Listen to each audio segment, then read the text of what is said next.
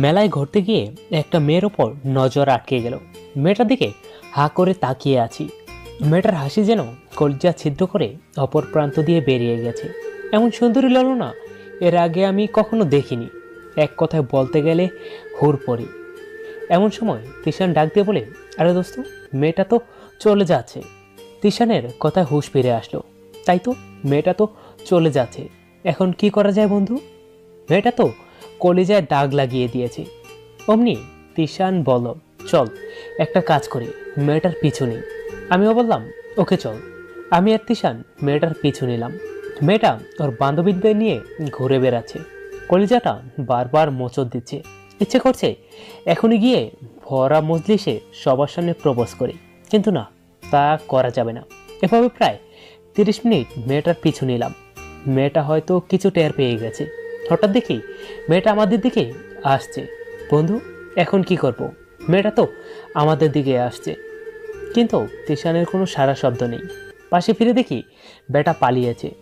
এখন তো বুক ধুরপুর ধুরপুর করছে। শালা কি স্বার্থপর বন্ধুরে, বিপদের সময় লেজ গুটিয়ে পালিয়েছে। মামুর বেটা, একবার সুযোগে পাই তোমারে। স্বার্থপর বন্ধুর পরিচয় আমিই দেব। মেয়েটা একদম আমার কাছে চলে এসেছে। এই ছেলে, কি সমস্যা তোমার? কোথায় কি সমস্যা? এই কথা ঘোরাচ্ছিস কেন রে তুই? সমস্যা যদি নাই থাকে তাহলে আমার পিছু পিছু ঘুরছিস কেন? কি রে, কথা বলছিস না কেন? এত সময় তোমার পিছু পিছু ঠিকই ঘুরঘুর করছিস। এখন কথা বলতে সমস্যা কোথায়? আসলে সত্যি বলতে কি, প্রথম দেখায় আপনাকে ভালো লেগে গেছে। ভালোবেসে ফেলেছি, তাই আপনার পিছু নিয়েছি। এই ছোট লোকের বাচ্চা, কি বললি তুই? বলে গালের মধ্যে ঠাস করে থাপ্পড় বসিয়ে দেয়। আমি তো পুরো মেয়েটার কাণ্ড দেখে। মেলার অনেক মানুষ আমার দিকে তাকিয়ে আছে। লজ্জায় একদম মাথা কাটা যাচ্ছে। এই তোর এত বড় সাহস যে তুই আমাকে ভালোবাসার কথা বলছিস? দেখতে তো পুরো ফকিন্নির মতো লাগে। তোর কোন যোগ্যতা আছে আমাকে ভালোবাসার? আমার বাবা কি করে জানিস? আমার বাবা হচ্ছে অসি, আর তোকে দেখতে তো মনে হয় কৃষকের ছেলে। গাইয়া কোথাকার! দাঁড়া, তোর ব্যবস্থা করছি। পাপাকে এক্ষুনি ফোন দিচ্ছি। লকআপে ঢুকিয়ে যখন কষিয়ে কয়েকটা দিবে, তখন প্রেমের ভূতটা মাথা থেকে ঠিকই চলে যাবে। এগুলো বলেই মেয়েটা তার বাবাকে ফোন করে আসতে বলে। আমি কি করব? কিছুই মাথায় কাজ করছে না। লোকজন জড়ো হয়ে গেছে অনেক। মানুষজন সবাই আমাকে চিড়িয়াখানার পশুর মতো ঘুরে ঘুরে দেখছে। মাথা নিচে নামিয়ে রেখেছি। এমন সময় একটা পুলিশের গাড়ি আসে, আর তার থেকে মোটামুটি একটা বয়স্ক লোক নেমে আসে। যতটুকু সম্ভব উনি মেয়েটার বাবা।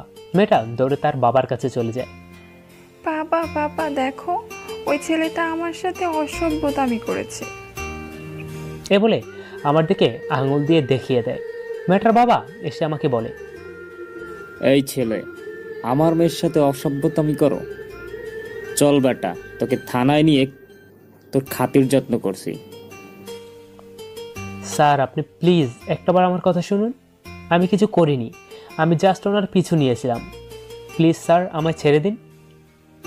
এই ছেলে, তোর সাহস তো কম না, আমার মুখের উপর কথা বলিস? না, তোকে এভাবে হবে না। লাঠির বাড়ি খাওয়া মানুষ কখনো কথায় শুধরাবে না। এই সালিম, গাড়ি থেকে মোটা রোলারটা নিয়ে আয় তো। স্যারের কথা মতো রোলারটা নিয়ে স্যারের হাতে দিল। স্যার সোজা লাঠিটা নিয়ে আমার হাঁটুর মধ্যে সজোর একটা বাড়ি মারে। আমি তো বাড়ি খেয়ে মনে হয় এখনই উপরে চলে যাব। ব্যথায় মাটিতে বসে পড়লাম। চোখ দিয়ে পানি ঝরে পড়ছে। এদিকে মানুষ চেয়ে চেয়ে হাসছে আর বলছে, একদম ঠিক হয়েছে বেটার সাথে। ফ্ল্যাট করা মেয়েদের সাথে একদম উচিত শিক্ষা দেওয়া হয়েছে বেটাকে। গাড়িতে ওঠ, না হয় লোকজনের সামনে এমন কেলানি কেলাবো, মান সম্মান তো যাবে যাবি, প্লাস শরীরের একটা হাড়ও ঠিকঠাক জায়গা মতো খুঁজে পাবি না। না না স্যার, প্লিজ, আমি উঠছি। আমি মাটি থেকে উঠে দাঁড়াই, কিন্তু মাগো বলে চিৎকার দিয়ে আবার মাটিতে বসে যাই। ব্যথার চোটে উঠে দাঁড়াতেও পারছি না। ওসি স্যার রেগে গিয়ে আমাকে টেনে হেঁচড়ে গাড়িতে তোলে আর বলে, বেটা, অনেক ঢং ধরেছিস, এসব ঢং আমার সামনে ধরে কোনো কাজ হবে না। এইদিকে ব্যথায় আমার কলিজাটা বের হয়ে যাচ্ছে মনে হচ্ছে, কিন্তু কিছুই বলতে পারছি না। আমাকে থানায় নিয়ে গিয়ে মাটিতে আশ্রে ফেলে। এই ব্যাটাকে নিয়ে লকআপে ঢোকা। আমার মেয়ের সাথে অসভ্যতম করে, ওর কত বড় সাহস! ওকে মেরে ওর হাড্ডি গুড্ডি এক করে দে। কাল সকালে যেন ব্যাটা কোনো রকম ছাড়া না পায়। সকালে এসে আমি যেন দেখি ব্যাটা আদমরা হয়ে আছে, না হয় তোদের কপালেও শনি আছে।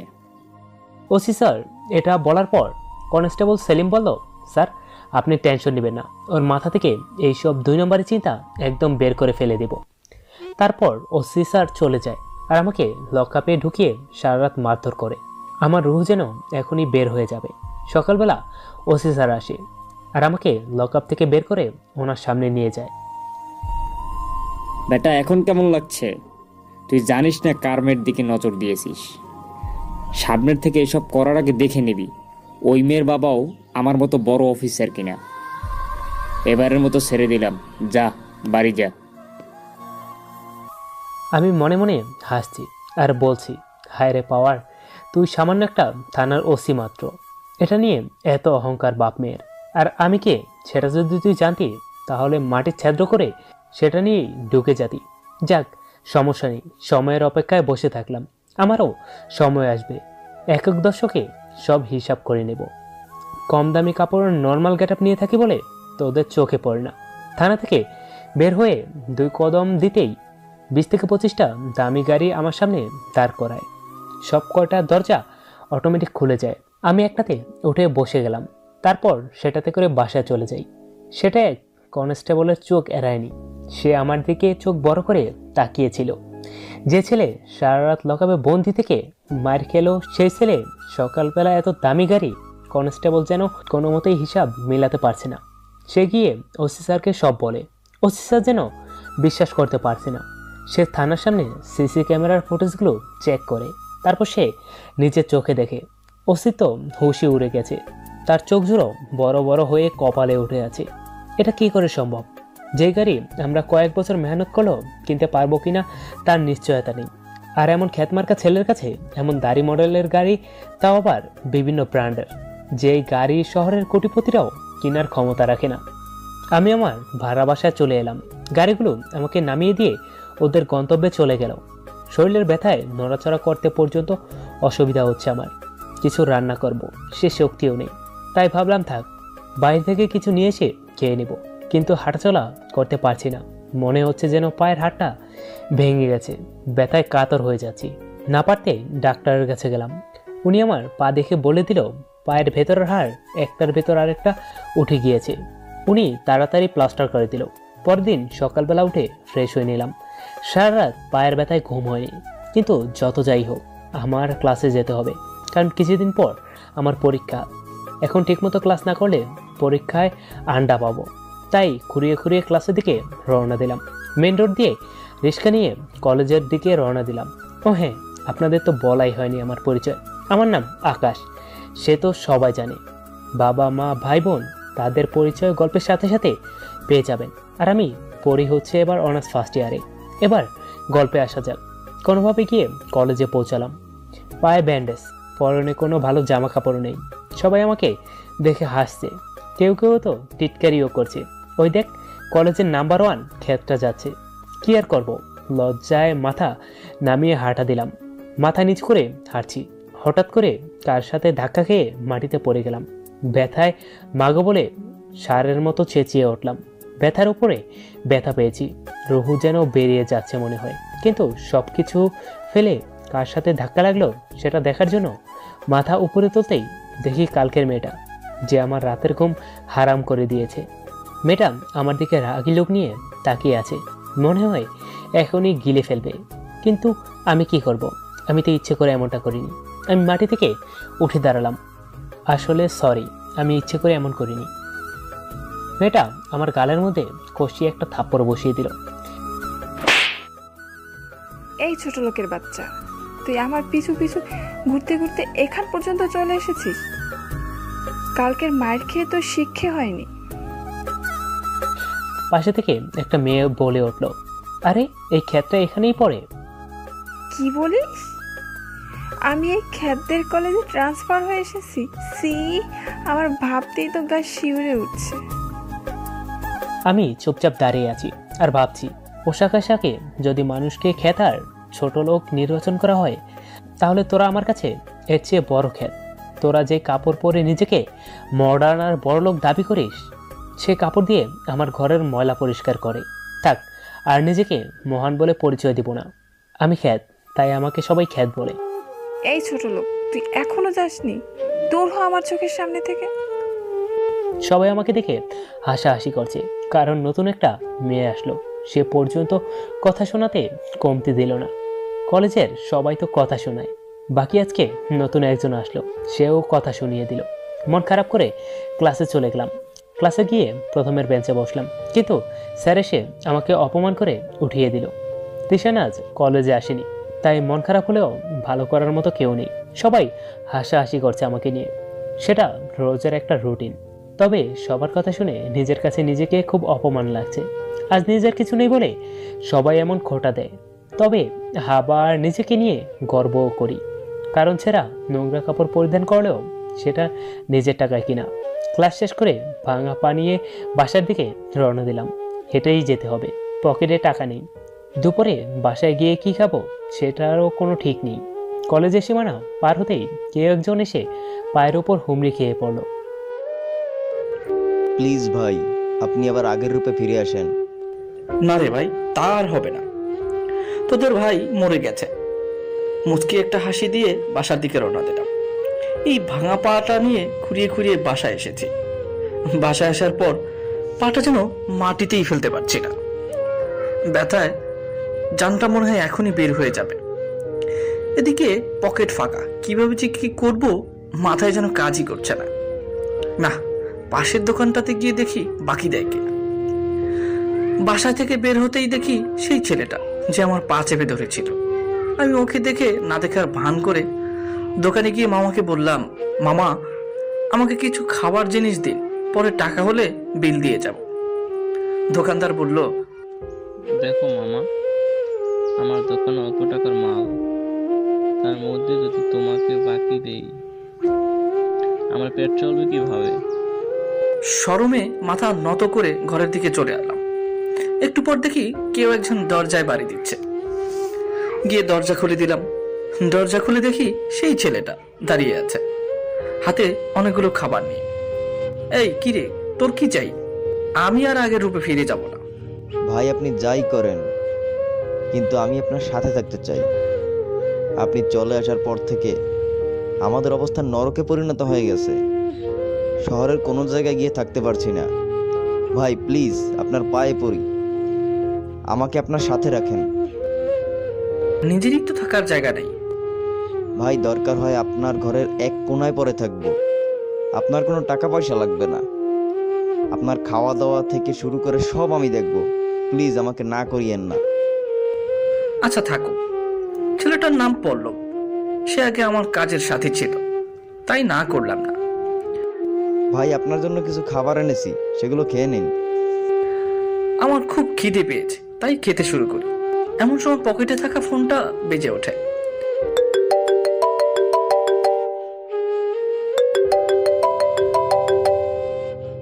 নাম্বারটা দেখেই আমার চোখ কপালে উঠে যায়। আল্লাহ, এ তো আম্মুর নাম্বার। ফোনটা রিসিভ করতেই আম্মু কান্নাকাটি শুরু করে দিয়েছে। বাবা, তুই কোথায় রে? কেমন আছিস তুই? আম্মু, আছি কোনো এক রাজপ্রাসাদে, আর তোমাদের দোয়ায় ভালো আছি। বাবা প্লিজ, আর কতদিন এভাবে রাগ করে থাকবি? এবার অন্তত ঘরে ফিরে আয়। না আম্মু, সেটা আর সম্ভব নয়। যতদিন না নিজেকে মানুষ বানাতে পারবো ততদিন আমি ঘরে ফিরে আসবো না। আর গতকাল বহুদিন পর গাড়িতে উঠলাম, ভালোই লাগলো। বাবা, তোর জন্য আমার সব সময় মন কাঁদে। তুই নতুন নাম্বার নিয়েছিস, তাই তোর নাম্বারটা অনেক কষ্টে জোগাড় করেছি কথা বলবো বলে। তোর বাবাও রোজ তোর জন্য কান্না করে আর আফসোস করে যে সেদিন ওর গায়ে হাত না তুললে আজ হয়তো সে বাড়িতেই থাকতো। বাবা ফিরে আয় না। আয় না ফিরে ঘরে।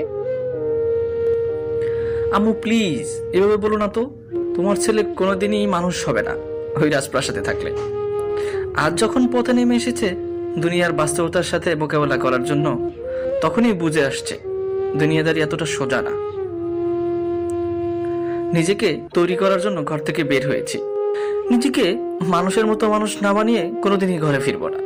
ভালো থেকো মা বলেই ফোনটা কেটে দিলাম, কারণ আর একটু কথা বললে হয়তো চোখের পানি বৃষ্টির জলে পরিণত হবে। খেয়ে দিয়ে একটু বিশ্রাম করে বিকেলবেলা পল্লবকে সাথে নিয়ে একটু বাইরে থেকে হেঁটে এসে পড়তে বসি, কারণ কিছুদিন পরে আমার পরীক্ষা আসতে চলেছে। এখন না পড়লে পিছিয়ে যাব। রাত 12টার দিকে পড়া শেষ করে ঘুমিয়ে পড়ি। সকালে উঠে যথাযথ সময়ে কলেজে চলে যাই। আজ পল্লব রিক্সা ভাড়া দিয়ে দিয়েছে। ছেলেটার কথা যে কি বলবো, পাগলের মতো ভালোবাসে সে আমায়। আমার জন্য মরে যেতেও প্রস্তুত সে। কলেজে গিয়ে শুনি আজ নাকি ক্লাস হবে না, তাই বাইরে একটা গাছের নিচে বসে আছি। সবাই আমাকে নিয়ে হাসি তামাশা করছে। কেউ কেউ বলছে ওই যে কলেজের পাগলাটা গাছতলায় বসে আছে। অনেক মন খারাপ হয় ওদের কথা শুনলে। তবে এখন কেন জানি অভ্যাস হয়ে গেছে। আগের মতো আর গায়ে লাগে না ওদের কথাগুলো। একা একা ভালো লাগছে না। উঠে চলে যাব, এমন সময় পিছন থেকে কেউ একজন ডাক দিয়ে বলল, এই আকাশ দাঁড়াও। পিছনে ফিরে দেখি আরু। মেয়েটা আমার সাথেই পড়ে, আমাদের ক্লাসমেট। দেখতে মাশাআল্লাহ অনেক সুন্দর, মন মানসিকতায় অনেক ভালো। সবাই আমাকে কথা শোনালেও আজ পর্যন্ত সে আমায় কখনো কথা শোনায়নি। জি বলেন। হ্যাঁ, বলার জন্যই তো এসেছি। জি তাড়াতাড়ি বলুন, আমি চলে যাব।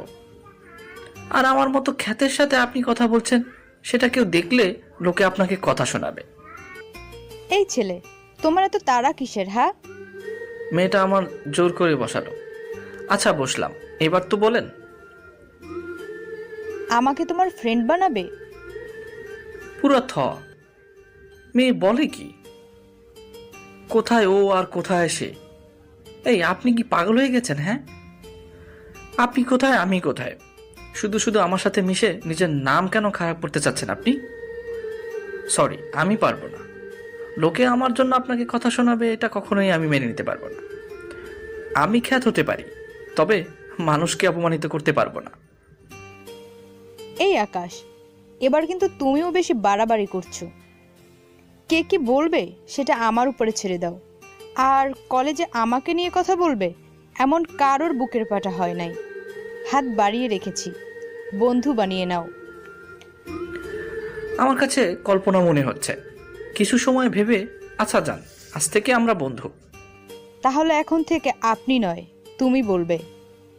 আচ্ছা ঠিক আছে। আরও গিয়ে বাদাম কিনে নিয়ে এসেছে। দুজনে বসে বসে সেগুলো চিবোচ্ছে আর গল্প করছে। দুজনের মধ্যে বেশ ভালো একটা ভাব জমে গেছে। আকাশ লক্ষ্য করে দূর থেকে একটা লেডি গ্যাং এদিকেই আসছে। সেখানে অহংকারী মেয়েটাও আছে। আকাশ নিজেকে আড়াল করে ফেলে, কারণ ওর জন্য এখন আরুকে ওরা কথা শোনাবে। আর ওদের কাউকেই দেখতে পায়নি, কারণ সে আমার উল্টো দিকেই বসেছে। সে বক বক করেই যাচ্ছে, এদিকে আমার বুক ধুপ ধুপ করছে। মিম নামের একটা মেয়ে আছে, আমাদের ক্লাসে পড়ে। সে অহংকারী মেয়েটাকে বলে, হ্যাঁ না, ওই যে দেখ, খ্যাতটা আজকে আবার বান্ধবীও বানিয়ে নিয়েছে। হ্যাঁ চল, ওদের মজা নিয়ে আসি। ও হ্যাঁ, এই অহংকারী মেয়েটার নাম হেনা। ভয়ে মাত্রাটা আরও বেড়ে গেছে। এখন সবাই মিলে আমাকে অপমান করবে। হেনা আমার কাছে এসে বলছে, কি রে খ্যাত, আজকে দেখি আবার বন্ধুও বানিয়ে নিয়েছিস। সেও কি তোর মতো খ্যাত নাকি? বলে হাসতে শুরু করে। হেনার কথা শুনে সবাই হাসাহাসি করছে। তখনই আরও পিছন দিক থেকে ঘাড় ঘুরিয়ে তাকায়। সবাই তো অবাক আরুকে দেখে।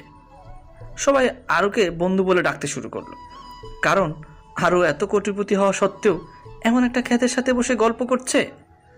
কোথায় আকাশ নামক খ্যাতটা আর কোথায় আরু? কেউ হিসাব মিলাতে পারছে না।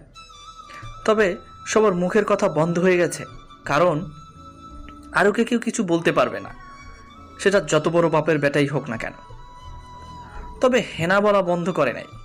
সে আমাকে নিয়েই মজা করেই যাচ্ছে, কারণ হেনা নতুন, তাই সে আরুকে চেনে না।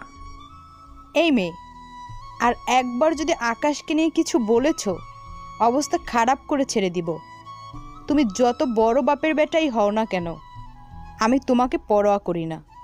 সে তোমার বাপের টাকায় খায়ও না, তোমার বাপের টাকায় পড়েও না যে তুমি ওকে কথা শোনাচ্ছ। এই মেয়ে, তোমার কেন তো গায়ে লাগছে? হ্যাঁ, আমার কথা আমি বলছি, তোমার তো কিসের সমস্যা? আমার অনেক সমস্যা, কারণ ও আমার বন্ধু। সো মুখ সামলে কথা বলো। দেখা যাবে এই ফয়নিটার সাথে কয়দিন বন্ধুত্ব থাকে। আর শোন ছোট লোক, তোকে আমি দেখে ছাড়বো। দেখে নিয়েছো, এখন ভাগো। আকাশ কি বলবে ভাষা খুঁজে পাচ্ছে না সে। কেমন দিলাম? Thank you. আরে বন্ধু বান্ধবের মাঝে নো থ্যাঙ্কস, নো সরি। তুমি সত্যি অনেক ভালো একটা মেয়ে আরু। দুজনে অনেকটা সময় আড্ডা দিয়ে বাসায় চলে আসে। আমার আজ খুব খুশি লাগছে, একটা ভালো বান্ধবী পেয়েছে, আর তার উপরে নাম্বারও দিয়ে দিয়েছে। বাসায় এসে দেখি পল্লব খাওয়া দাওয়া সব রেডি করে ফেলেছে। যাক, ভালো হয়েছে, আর রান্না করতে হবে না। তারপর যখন কাপড় চোপড় নিয়ে ফ্রেশ হতে যাবে, ঠিক সেই সময় ফোনটা আবার বাজা শুরু করে।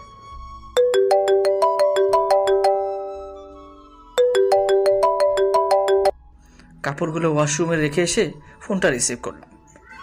হ্যালো, কে বলছেন? হ্যালো, আসসালামু আলাইকুম। আমি বায়েজিৎ বলছিলাম, থানার দারোগা। আপনি কি আকাশ মাহমুদ বলছেন? হ্যাঁ, কি দরকারে ফোন দিয়েছেন সেটা বলেন। হ্যাঁ, আচ্ছা ঠিক আছে। আমি আপনাকে যে কারণে ফোন দিলাম সেটা হলো আপনার ছোট ভাই মুন্না, সে তখন থানায় বন্দি। শহরে কিছু ছেলেদের সাথে গ্যাঞ্জাম করার সময় আমরা তাকে আটক করেছি। তাকে অনেক মারধরও করেছে ছেলেপেলেরা, তাই আমরা তাকে বাঁচিয়ে নিয়ে এসে থানায় আটক করে রেখেছি, ঠিক আছে? আর থানার মধ্যে তার ট্রিটমেন্ট চলছে। এখন আপনাকে যেটা করতে হবে সেটা হলো আপনাকে একটু তাড়াতাড়ি থানায় আসতে হবে, ঠিক আছে? একটু তাড়াতাড়ি আসবেন প্লিজ। আমার তো মাথা 100-100 গরম হয়ে যায়। আমার কলিজার ছোট ভাইকে কেউ মেরেছে, কার এত বড় সাহস? না, আমার আবার আগের রূপে ফিরে যেতে হবে। এই বেশভূষা ছেড়ে আবার নিজের ক্যারেক্টারে, আর অনেক মানুষকে অনেক কিছু দেখানো বাকি আছে। আকাশ মাহমুদ কি সেটা এখনো কেউ জানেই না। উপরে দেখতে খ্যাত হলেও ভিতরে তো পুরো একটা আগুনের গোলা। রানাকে ফোন করে।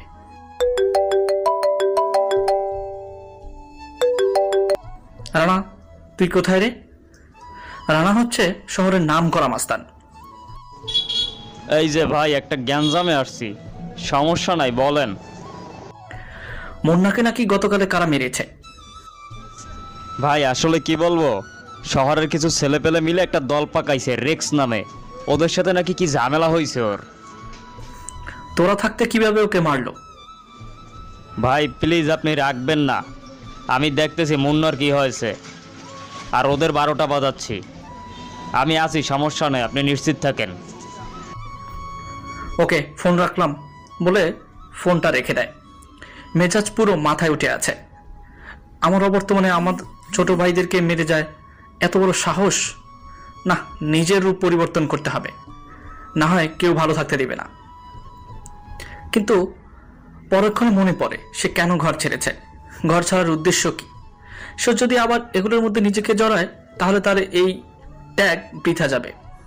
না, দুনিয়াদারি যেদিকেই যাক যাক, আমাকে মানুষের মতো মানুষ হতে হবে। তারপর ফ্রেশ হতে চলে যায়। ফ্রেশ হয়ে এসে খাবার খেয়ে একটু বিশ্রাম নেওয়ার প্রিপারেশন নেয়। তখনই আরও ফোন করে।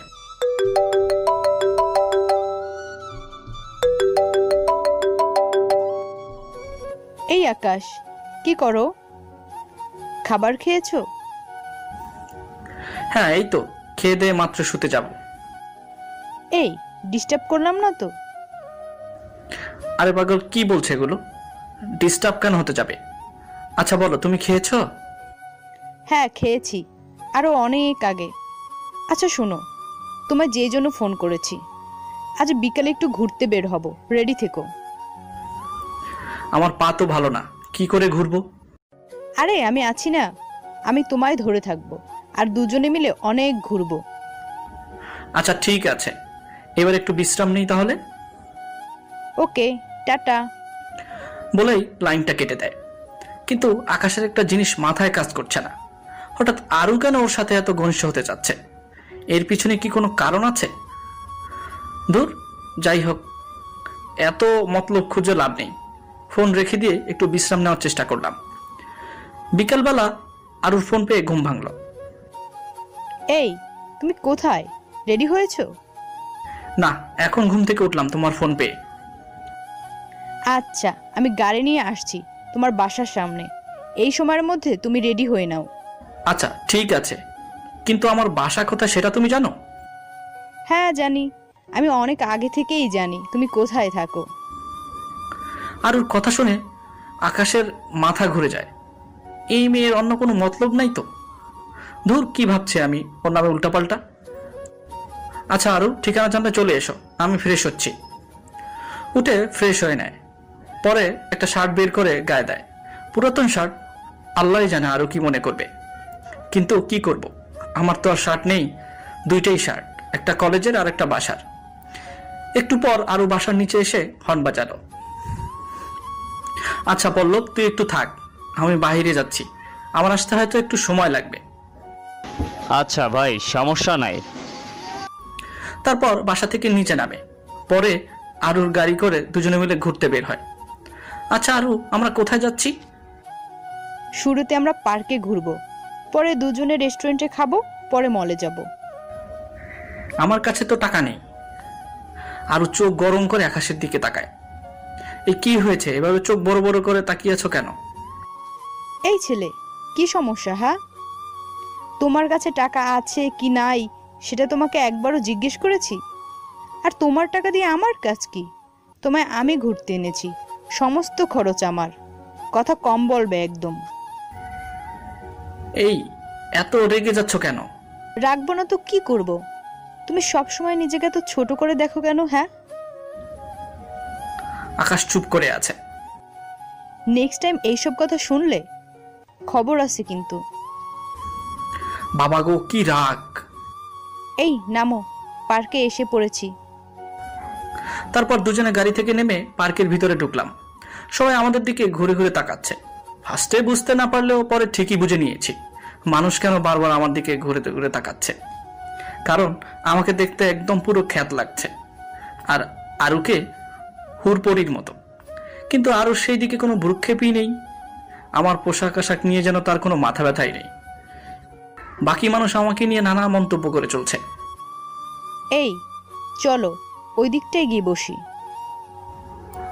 তারপর দুজনে গিয়ে ওই পাশে একটা খালি জায়গা ছিল, সেখানে গিয়ে বসলাম। দুজনে বসে বসে গল্প করছি। বেশ অনেকটা সময় গল্প করলাম। এই চলো, অনেকটা সময় হয়ে গিয়েছে, এবার গিয়ে কিছু খাবো। আরও আমাকে একটা রেস্টুরেন্টে নিয়ে গেল। এই কি খাবে? তোমার যা ভালো লাগে অর্ডার করো। আরও তার নিজের পছন্দ মতো অর্ডার করলো। খাওয়া দাওয়া শেষ, এই এখন চলো। এখন আবার কোথায় যাব? মলে যাব, আমার কিছু কেনাকাটা করতে হবে। আচ্ছা চলো। আরও গাড়ি স্টার্ট করে শপিং মলের সামনে নিয়ে থামলো। পরে দুজনেই মলে ঢুকলাম। মলের ভিতরে এসি লাগানো, ঠান্ডায় মাইগ্রেনের সমস্যা করতেছে। হাত পাও ঠান্ডা হয়ে আসছে আমার। আরও আমার না খুব সমস্যা হচ্ছে এসির বাতাসে, মাইগ্রেনের সমস্যা করতেছে। আচ্ছা দাঁড়াও। আরও চাদরটা নিয়ে নাকে মুখ পেঁচিয়ে নিলাম। এবার একটু বেটার ফিল হচ্ছে। আমাকে নিয়ে একটা দোকানে ঢুকলো। আঙ্কেল, ভালো কোয়ালিটির কয়েকটা প্যান্ট দেখান তো। মামুনি, কার জন্য দেখবো? সাইজটা একটু বলো। আকাশকে দেখিয়ে দিয়ে, ওর সাইজের লাগবে। আরুর কথা শুনে অবাক হয়ে যাই। এই আরু, তুমি কি করছো? আমার জন্য প্যান্ট কিনছো কেন? আরু চোখ রাঙিয়ে আকাশের দিকে তাকায়। এই ছেলে, বেশি কথা বলতেছো কেন? অবস্থা কিন্তু খারাপ করে ছেড়ে দিব আমার মুখের উপর কথা বললে। আকাশের জন্য দুইটা দামি প্যান্ট আর দুইটা শার্ট কিনে। এই নাও, এগুলো তোমার জন্য। কাল থেকে যদি কলেজে ওইসব পরে আসো খারাপ হবে। মানুষ তোমাকে কথা কেন শোনাবে? হ্যাঁ, কি বলবে কিছুই বুঝতে পারছে না। কারণ আরুকে সে যত দেখছে ততই অবাক হচ্ছে। এই মেয়েটার মধ্যে কোনো দেমাগ বা হিংসা নেই, একদম সাধারণ একটা মেয়ে। গাড়ি দেখলেই বোঝা যায় বাপের অডেল সম্পত্তি। তাও অহংকার বলতে কি সেটা তার মধ্যে নেই। আচ্ছা চলো, অনেক সময় হয়েছে, এবার বাসার দিকে যাওয়া দরকার। হ্যাঁ ঠিক বলেছ, অনেকটা সময় হয়েছে, এবার যাওয়া দরকার। দুজনে লিফট দিয়ে নেমে শপিং মল থেকে বের হচ্ছে। ঠিক সেই সময় কেউ একজন ইচ্ছে করে এসে আকাশের গায়ের সাথে ধাক্কা খায়। সে ধাক্কা দিয়ে সে নিজেই মাটিতে পড়ে গেছে। লক্ষ্য করে দেখে হেনা আকাশ তো অবাক। হেনার সাথে অনেকগুলো মেয়েও আছে, হয়তো শপিং করতে এসেছে। দূর, যাই কর, তাতে আমার কি। হেনা তো চিৎকার চেঁচামেচি শুরু করে দিয়েছে। হেনার চেঁচামেচি শুনে মানুষজন জড়ো হয়ে গেছে। পাশেই অনেকগুলো উশৃঙ্খল ছেলে পেলে দাঁড়িয়েছিল, ওরাও দৌড়ে আসে। এই এখানে কি হয়েছে, সমস্যা কি? দেখেন না ভাইয়া, এই খ্যাত ছেলে তো আমাকে ইচ্ছে করে ধাক্কা মেরে মাটিতে ফেলে দিয়েছে। আকাশের তো মাথায় কাজ করছে না, এই মেয়ে সব উল্টাপাল্টা কি বলতেছে। ওই পোলা, ওই মায়া দেখলেই কি হুমড়ি খাইয়া পড়তে ইচ্ছা হয়, তাই না? এই বলে আকাশকে মারতে আসে, তখনই আর ওদের পথ আটকায়। এই, আপনার না জেনে কোনো কথা বলতে আসবেন না।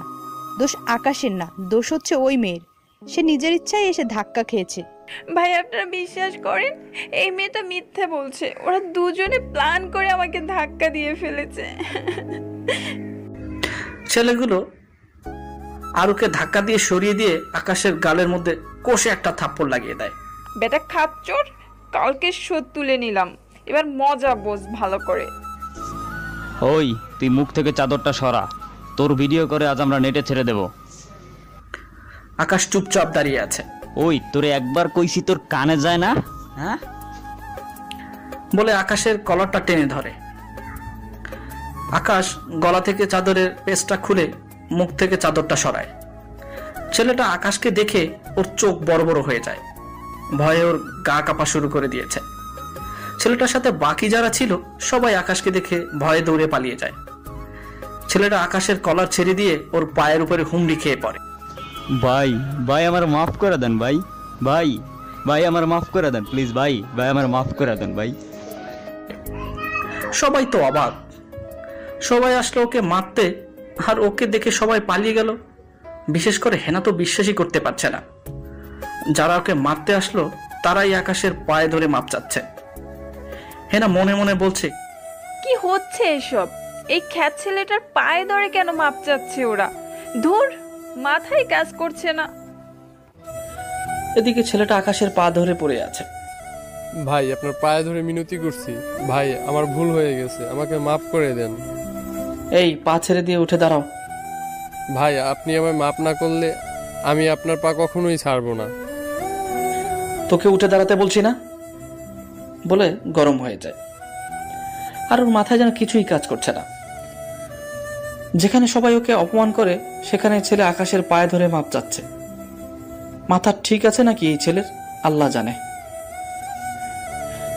কিন্তু বাকি ছেলেগুলো পালিয়ে গেল কেন? একজনের মাথা খারাপ ধরে নেওয়া যায়, কিন্তু বাকি যারা ছিল ওরা কেন পালিয়ে গেল? আর কোনোভাবে হিসেব মিলছে না। তাহলে আকাশের কি অন্য কোনো পরিচয় আছে যেটা আমরা জানি না? আকাশকে নিয়ে হাজারো কৌতূহল মাথায় কাজ করছে না। আরো ছেলেটা মাটি থেকে উঠে দাঁড়ায়। আজকের মতো কিছু বললাম না, সব ছেড়ে ভালো হয়ে গিয়েছি। না হয় তোরা তো জানিস যে তোদের মৃতদেহ দেখে এত সময় মানুষের কান্নার রোল পড়ে যেত।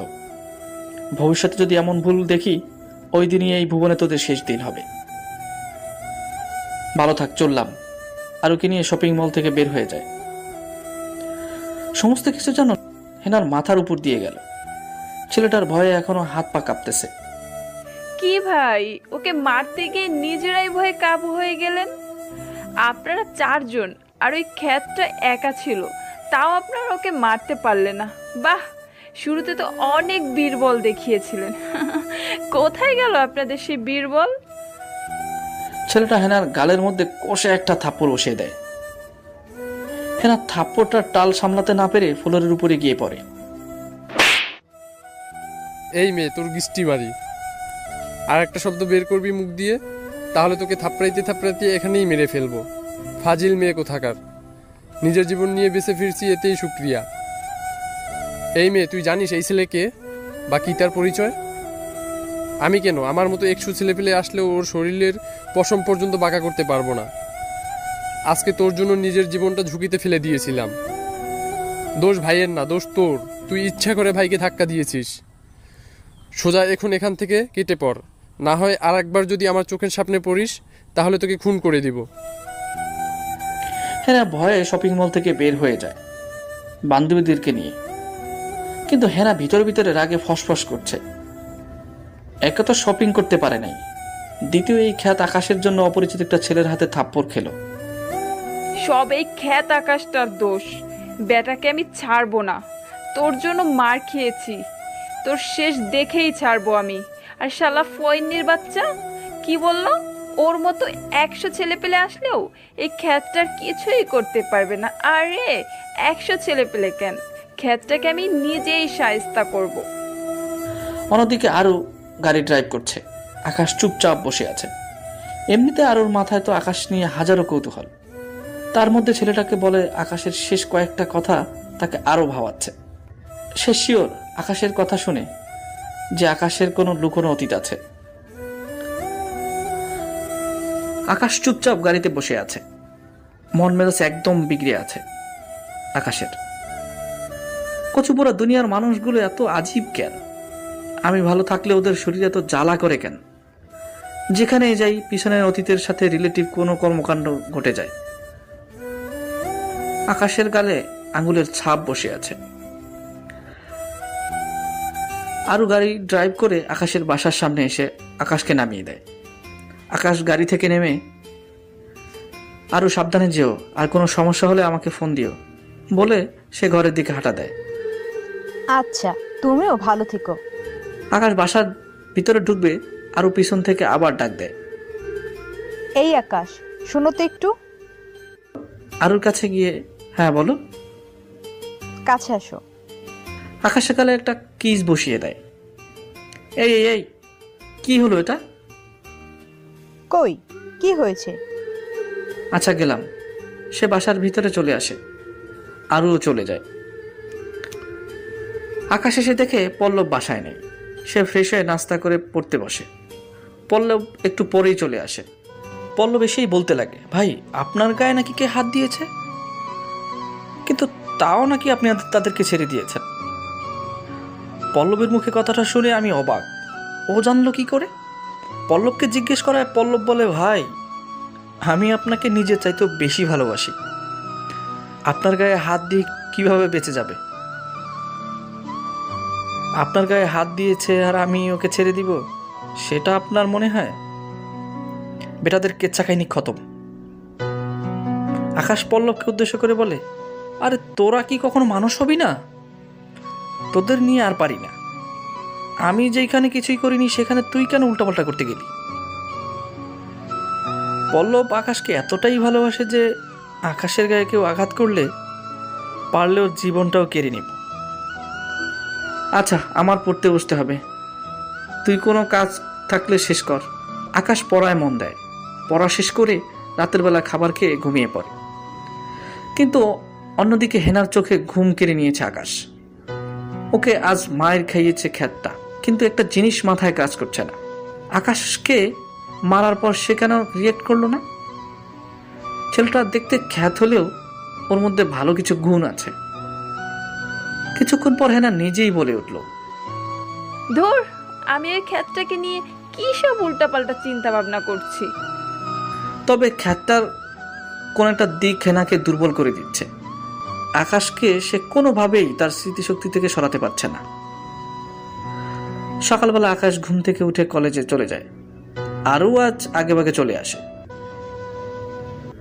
তিশানও কলেজে চলে এসেছে। তিশান আকাশের সাথে আরুকে দেখে তো অবাক।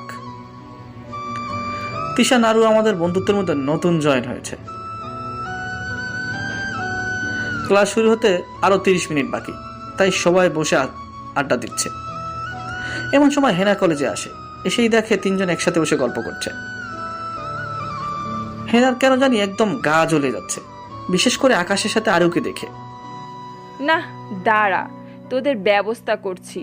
তোদের দুটাকে আমি কখনোই একসাথে থাকতে দিব না। ক্লাসের ঘন্টা পরে সবাই ক্লাসে চলে যায়। আকাশ আজ আবার সামনে বসেছে। স্যার এসে দেখে আকাশ কাপড় পাল্টাচ্ছে। যাক, তাহলে এবার নতুন কাপড় কিনে পরিধান করেছো, তাই আর কিছু বললাম না।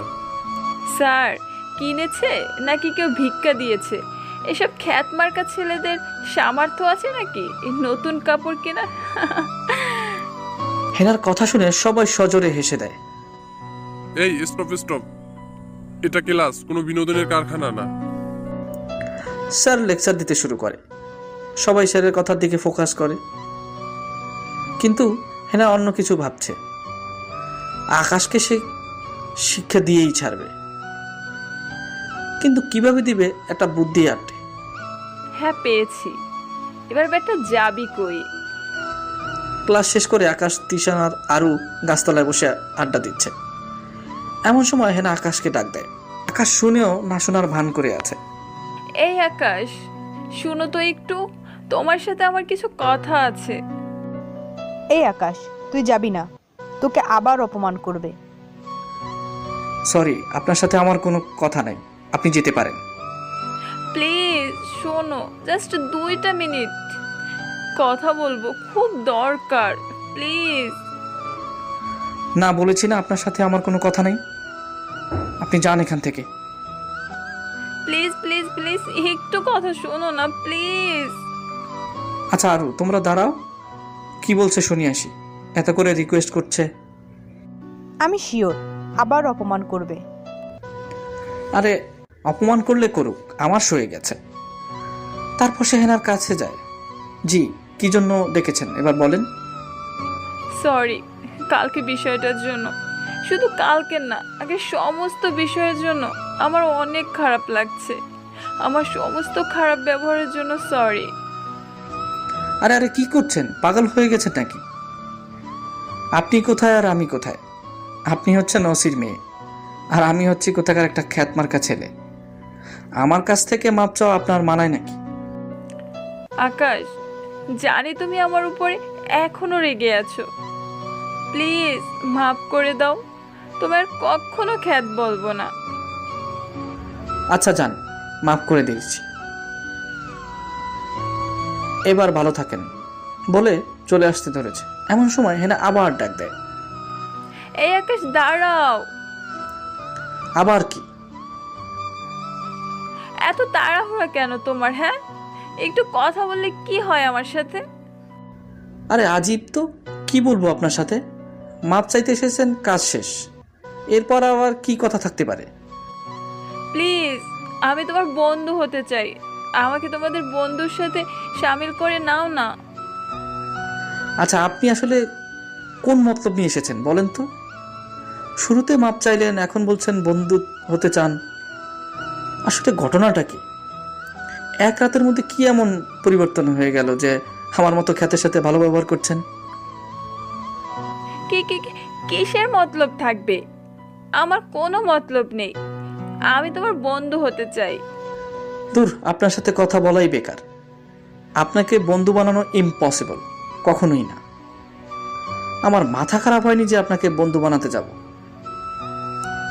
আকাশ হেনাকে রেখে তিশানের কাছে চলে আসে।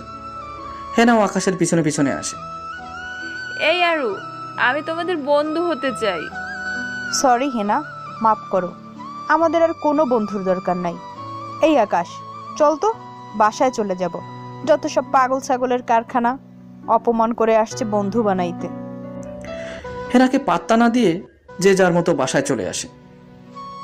হেনা তো রেগে মেগে শেষ, আর মনে মনে বলতে লাগলো, শালা ছোট লোকের বাচ্চাগুলো, আমার বন্ধুত্বকে পায়ে ঠেলে দিচ্ছিস। তোদের সব কটাকে আমি দেখে ছাড়বো। বন্ধু তো আমি হবই, আর খ্যাতটাকে শিক্ষা দিয়েই ছাড়বো। আকাশ বাসায় এসে পড়ে। বাসায় এসে যখন ঘরে ঢুকবে, তখন দেখতে পায় পুরো ফ্লোরে রক্তে লাল হয়ে আছে, আর একটা হাতের কবজি কাটা ফ্লোরে পড়ে আছে। এটা দেখে তো আকাশের মাথা গরম হয়ে গেছে।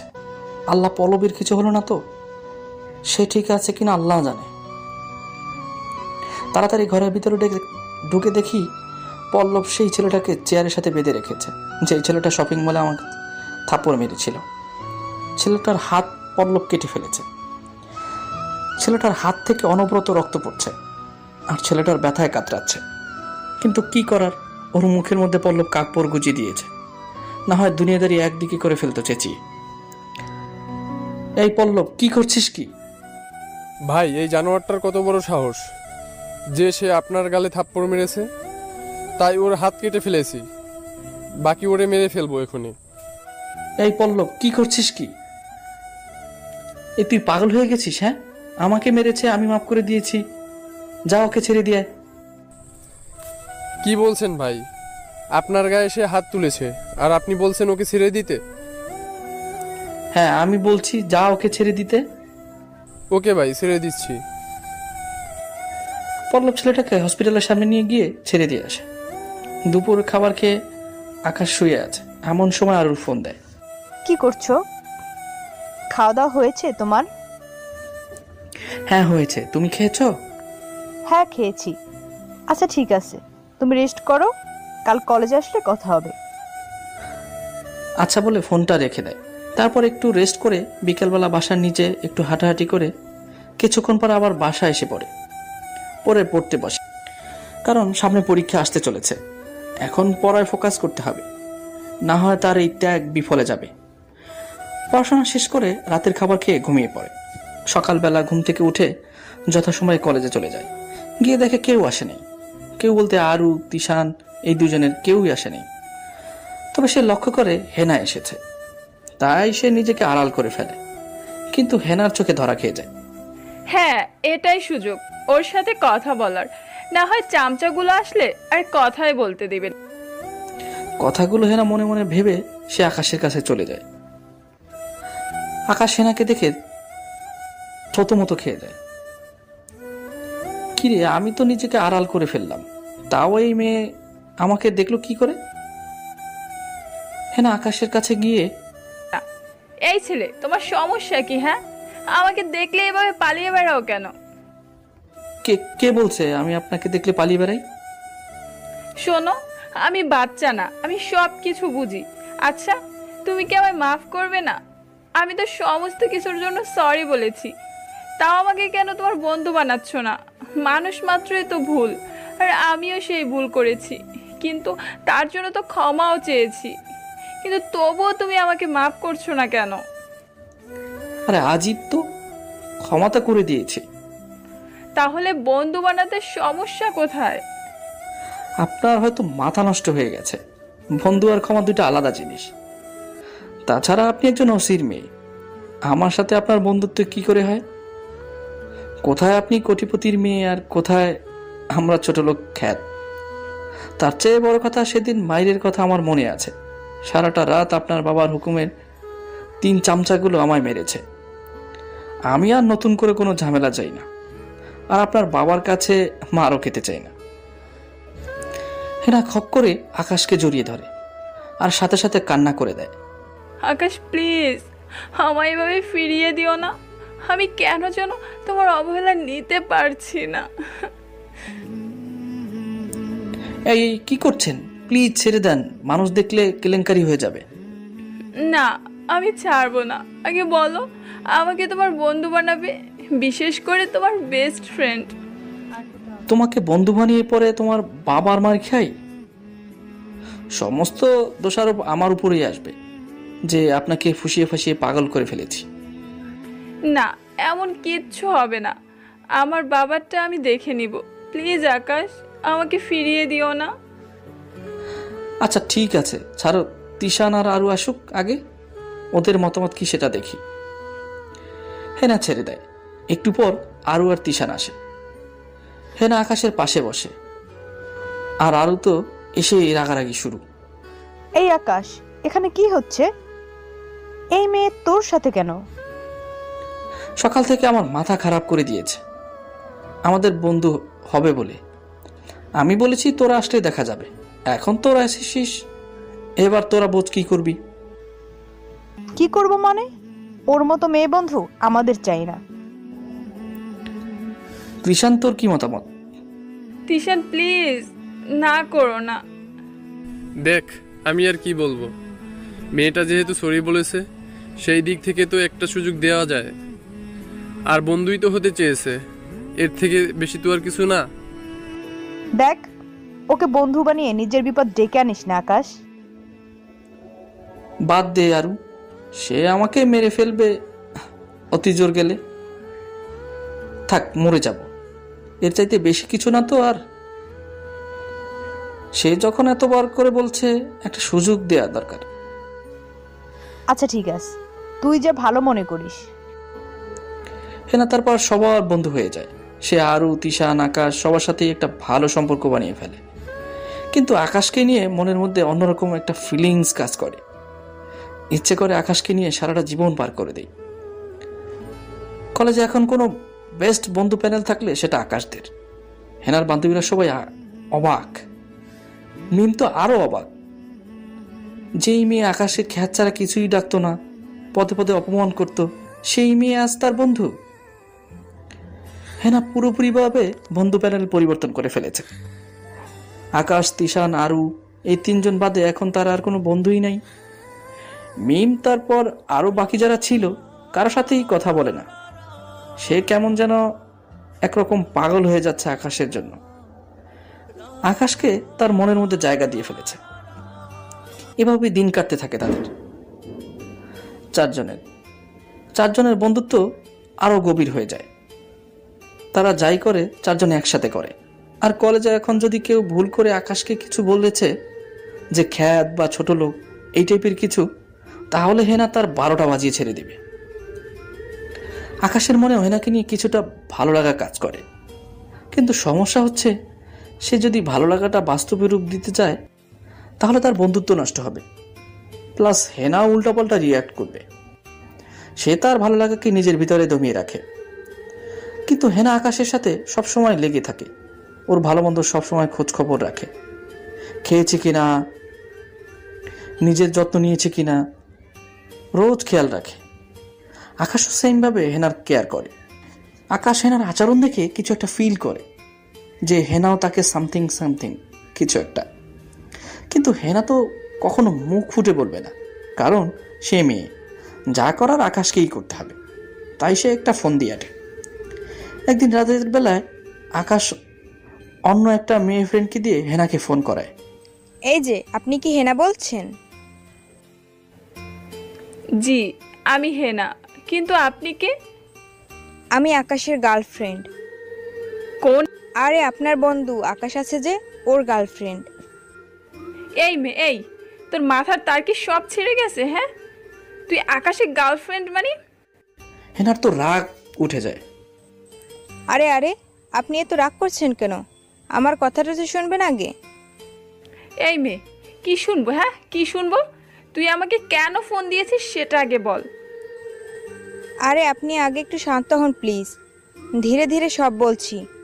দেখেন, আমি আজ থেকে নয়, বিগত 2 বছর আগে থেকে আকাশকে ভালোবাসি। কিন্তু আকাশ আমাকে ভালোবাসে না। ওকে অনেকবার প্রপোজ করেছি, কিন্তু সে রাজি হয় না। কিন্তু ইদানিং কিছুদিন ধরে দেখছি আপনার সাথে আকাশ ঘোরাফেরা করে। প্লিজ আপনি আকাশের থেকে দূরে সরে যান। আমার আকাশকে চাই।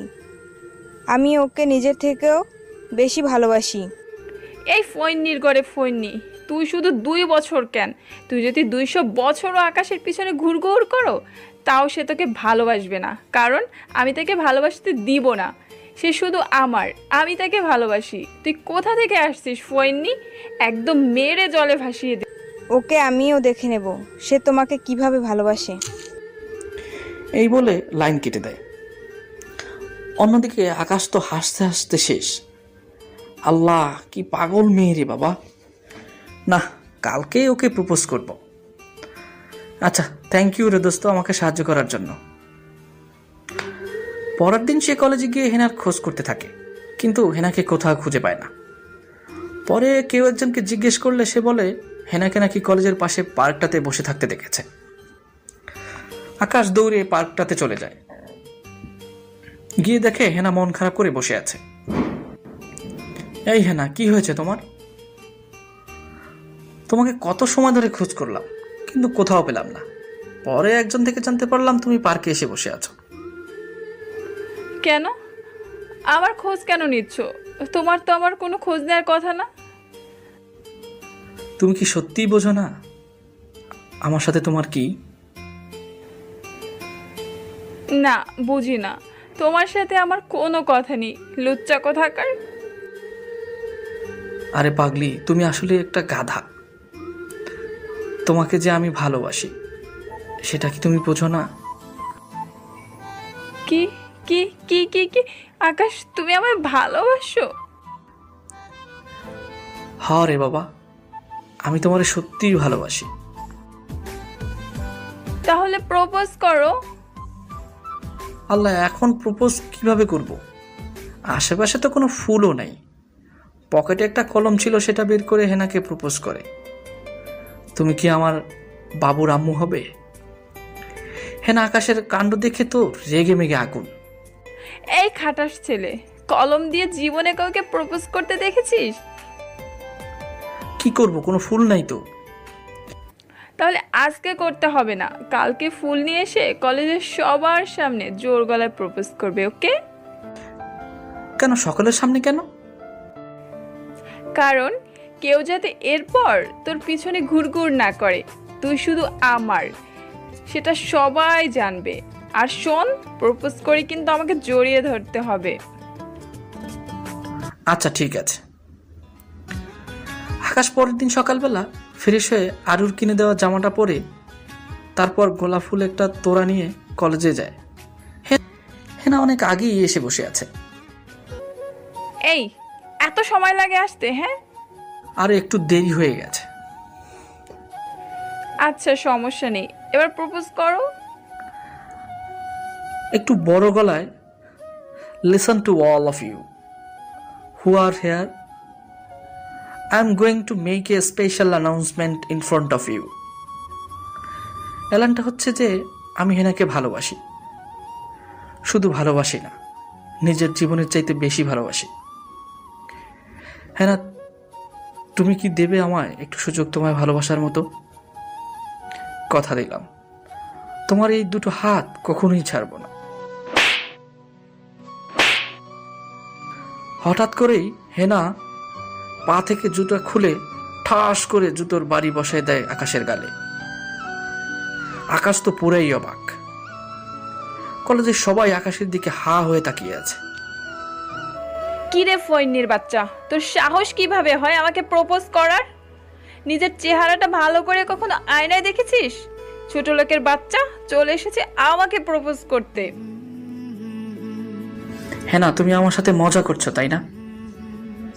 কলিজা, আমি জানি তুমি আমার সাথে মজা করছো। হেনা জুতোটা দিয়ে আরেকটা বাড়ি লাগিয়ে দেয় আকাশের গালে। এই ছোট লোক, মজা করব মানে?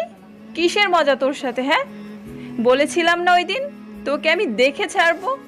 আমাকে অপমান করা, তার উপরে আমাকে অন্য লোকের থাপ্পড় খাওয়ানো। কি ভেবেছিস আমি সব সহ্য করে যাব? আমি সব ভুলে যাব, তোকে ছেড়ে দিব? ছোট লোক, তোর নিজেকে নিজে ভালোবাসার কোনো যোগ্যতা নেই, আর আসছিস আমাকে ভালোবাসতে? কি সব কম দামি জামা কাপড় পরো আর চলে এসেছে আমাকে ভালোবাসতে, খ্যাত গাইয়া কোথাকার। আকাশ মাটির দিকে চেয়ে আছে আর চোখ দিয়ে জল ঝরছে। চোখের জলে যেন আশেপাশের মাটি ভিজে কাদা হয়ে গেছে। আকাশের বিশ্বাসই হচ্ছে না যে হেনা তার সাথে এরূপ আচরণ করছে। কি দোষ ছিল তার? তার জাস্ট সামান্য একটু বন্ধুর থেকে কথা শুনেছে আর নিজের দোষ নিজে মার খেয়েছে। এই জন্য এত ক্ষোভ আমার উপরে? কিন্তু সে যে আমাকে বিনা দোষে সারা রাত মার খাইয়েছে, সারা রাত ননস্টপ দুইটা মানুষ আমায় মেরেছে, সেটা কি কিছুই না?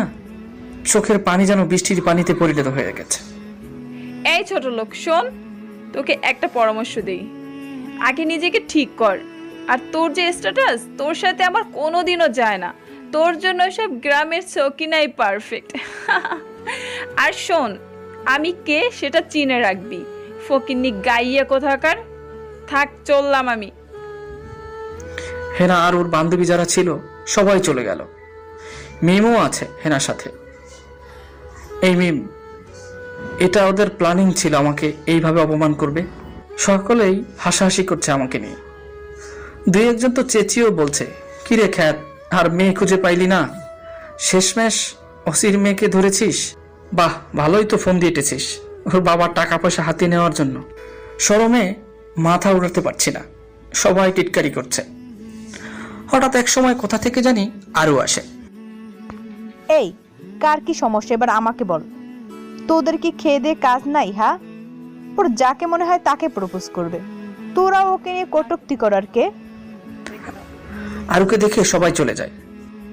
এই হাদারাম ছেলে, মাটি থেকে উঠে দাঁড়া। আকাশ এখনো মাটিতে বসে কান্না করছে। আর কত কাঁদবি? আরু আকাশকে ধরে উঠায় মাটি থেকে। তোকে বলেছিলাম না যে এই মেয়ের মতিগতি ভালো না, সে যে কোনো সময় তার রং পরিবর্তন করতে পারে।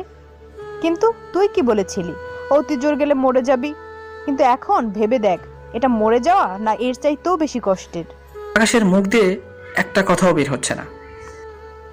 আচ্ছা হয়েছে, এবার আমার সাথে চল বলে আরু আকাশকে ধরে ক্যান্টিনে নিয়ে যায়। তারপর একটা ঠান্ডা পানির বোতল কিনে কিছুটা পানি আকাশের মাথায় ঢালে আর কিছুটা ওকে খেতে দেয়। আকাশ খপ করে আরুকে ক্যান্টিনের মধ্যে জড়িয়ে ধরে। আমি তো অবাক, কিন্তু সে কিছুই বলছে না। সত্যি আমার 7 জন্মের ভাগ্য যে আমি তোর মতো একটা ফ্রেন্ড পেয়েছি। প্লিজ আমাকে কখনো ছেড়ে যাবি না তো? আরে পাগল নাকি, কি বলছিস? তোদের কেন ছাড়তে যাব? শোন, সবার মতো আমি না রে, আমার বাবারও কম নাই কোনো কিছু, কিন্তু গরিমা শব্দটা আমার কাছে নাই। আর অহংকার করা কি ভালো জিনিস নাকি? কিন্তু হেনা যা করলো তার জন্য তাকে পস্তাতে হবে। আমার বন্ধুকে যে কষ্ট দিয়েছে, আমি তার সাথে করা গন্ডায় হিসাব করব সব। সত্যি আমি লাকি যে তোর মতো একটা ফ্রেন্ড পেয়েছি। আমার আর কাউকে চাই না। হয়েছে, এবার থাম। ক্লাস তো আজ আর হবে না, তুই এখানে বস, আমি নাস্তা নিয়ে আসছি। আকাশ বসে বসে ভাবছে, না এবার আসল রূপ দেখাতেই হবে।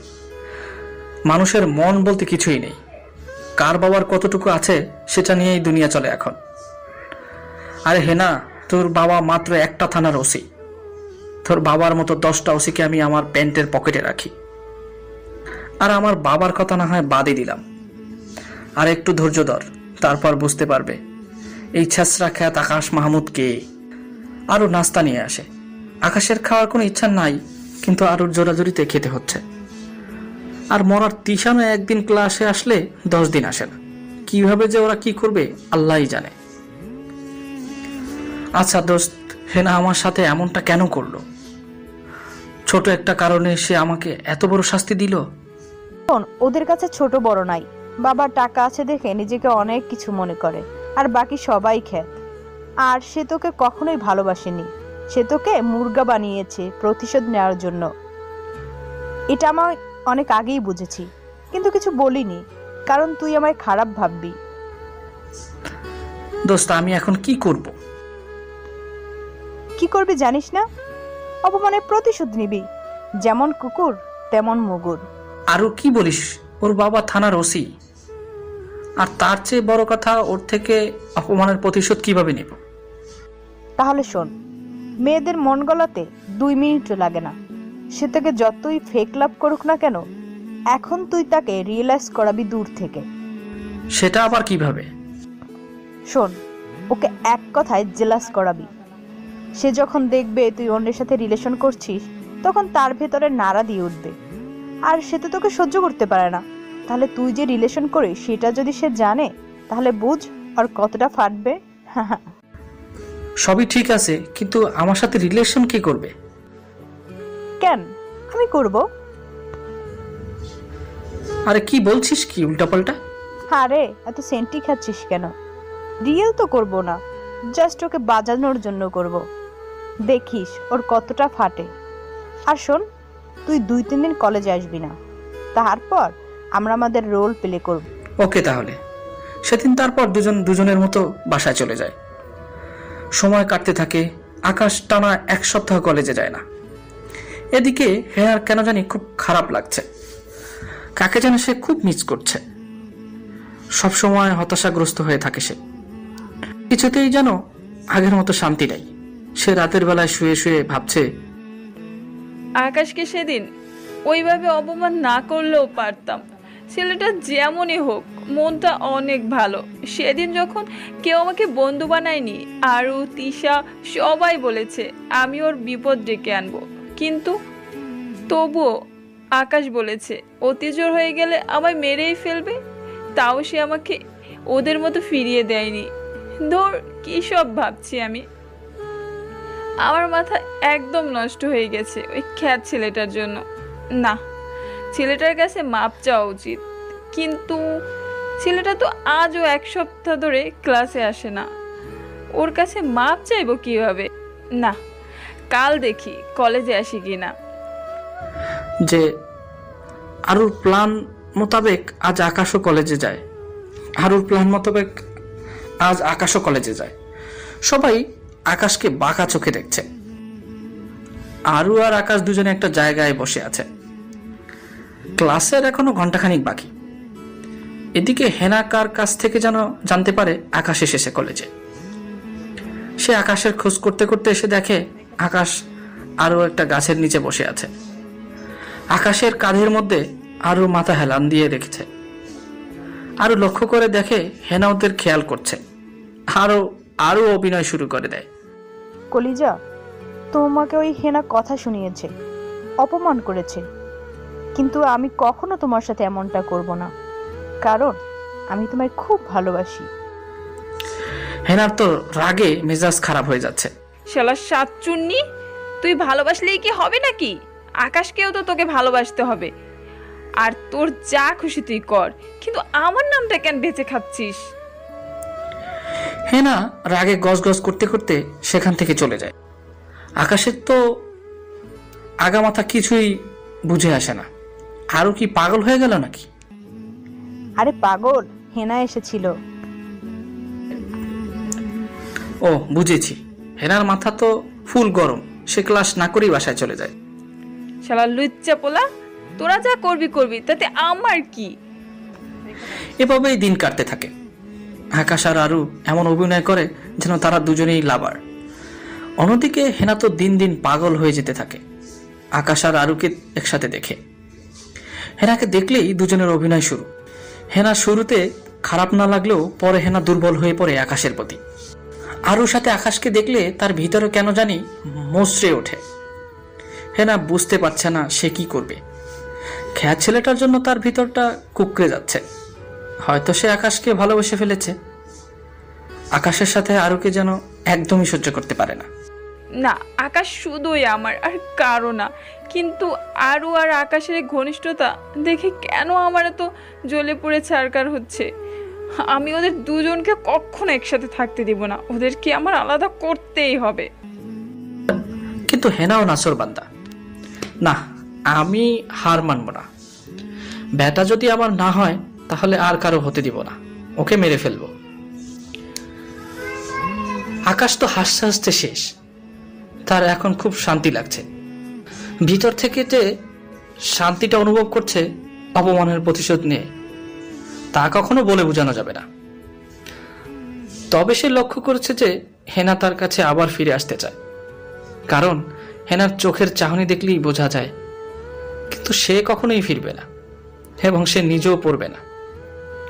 এই ছলনাময়ীর সাথে আর যাই হোক ভালোবাসা হয় না। হেনা মনে মনে ঠিক করে আকাশকে সে খতম করে দেবে। সে শহরের নাম করা কিলার যে আছে তার কাছে কন্ট্যাক্ট দেয় আকাশকে মেরে ফেলার। ফৈনি খ্যাত, এবার যাবি কই? তুই আমার ভালোবাসারও যোগ্য না, কিন্তু তোকে নিয়ে মনের মধ্যে একটা সংশয় কাজ করে, তাই তোকে খতম করে দিব। আর এতদিন মানসিক অনেক অত্যাচার করেছিস তোরা দুজন আমাকে।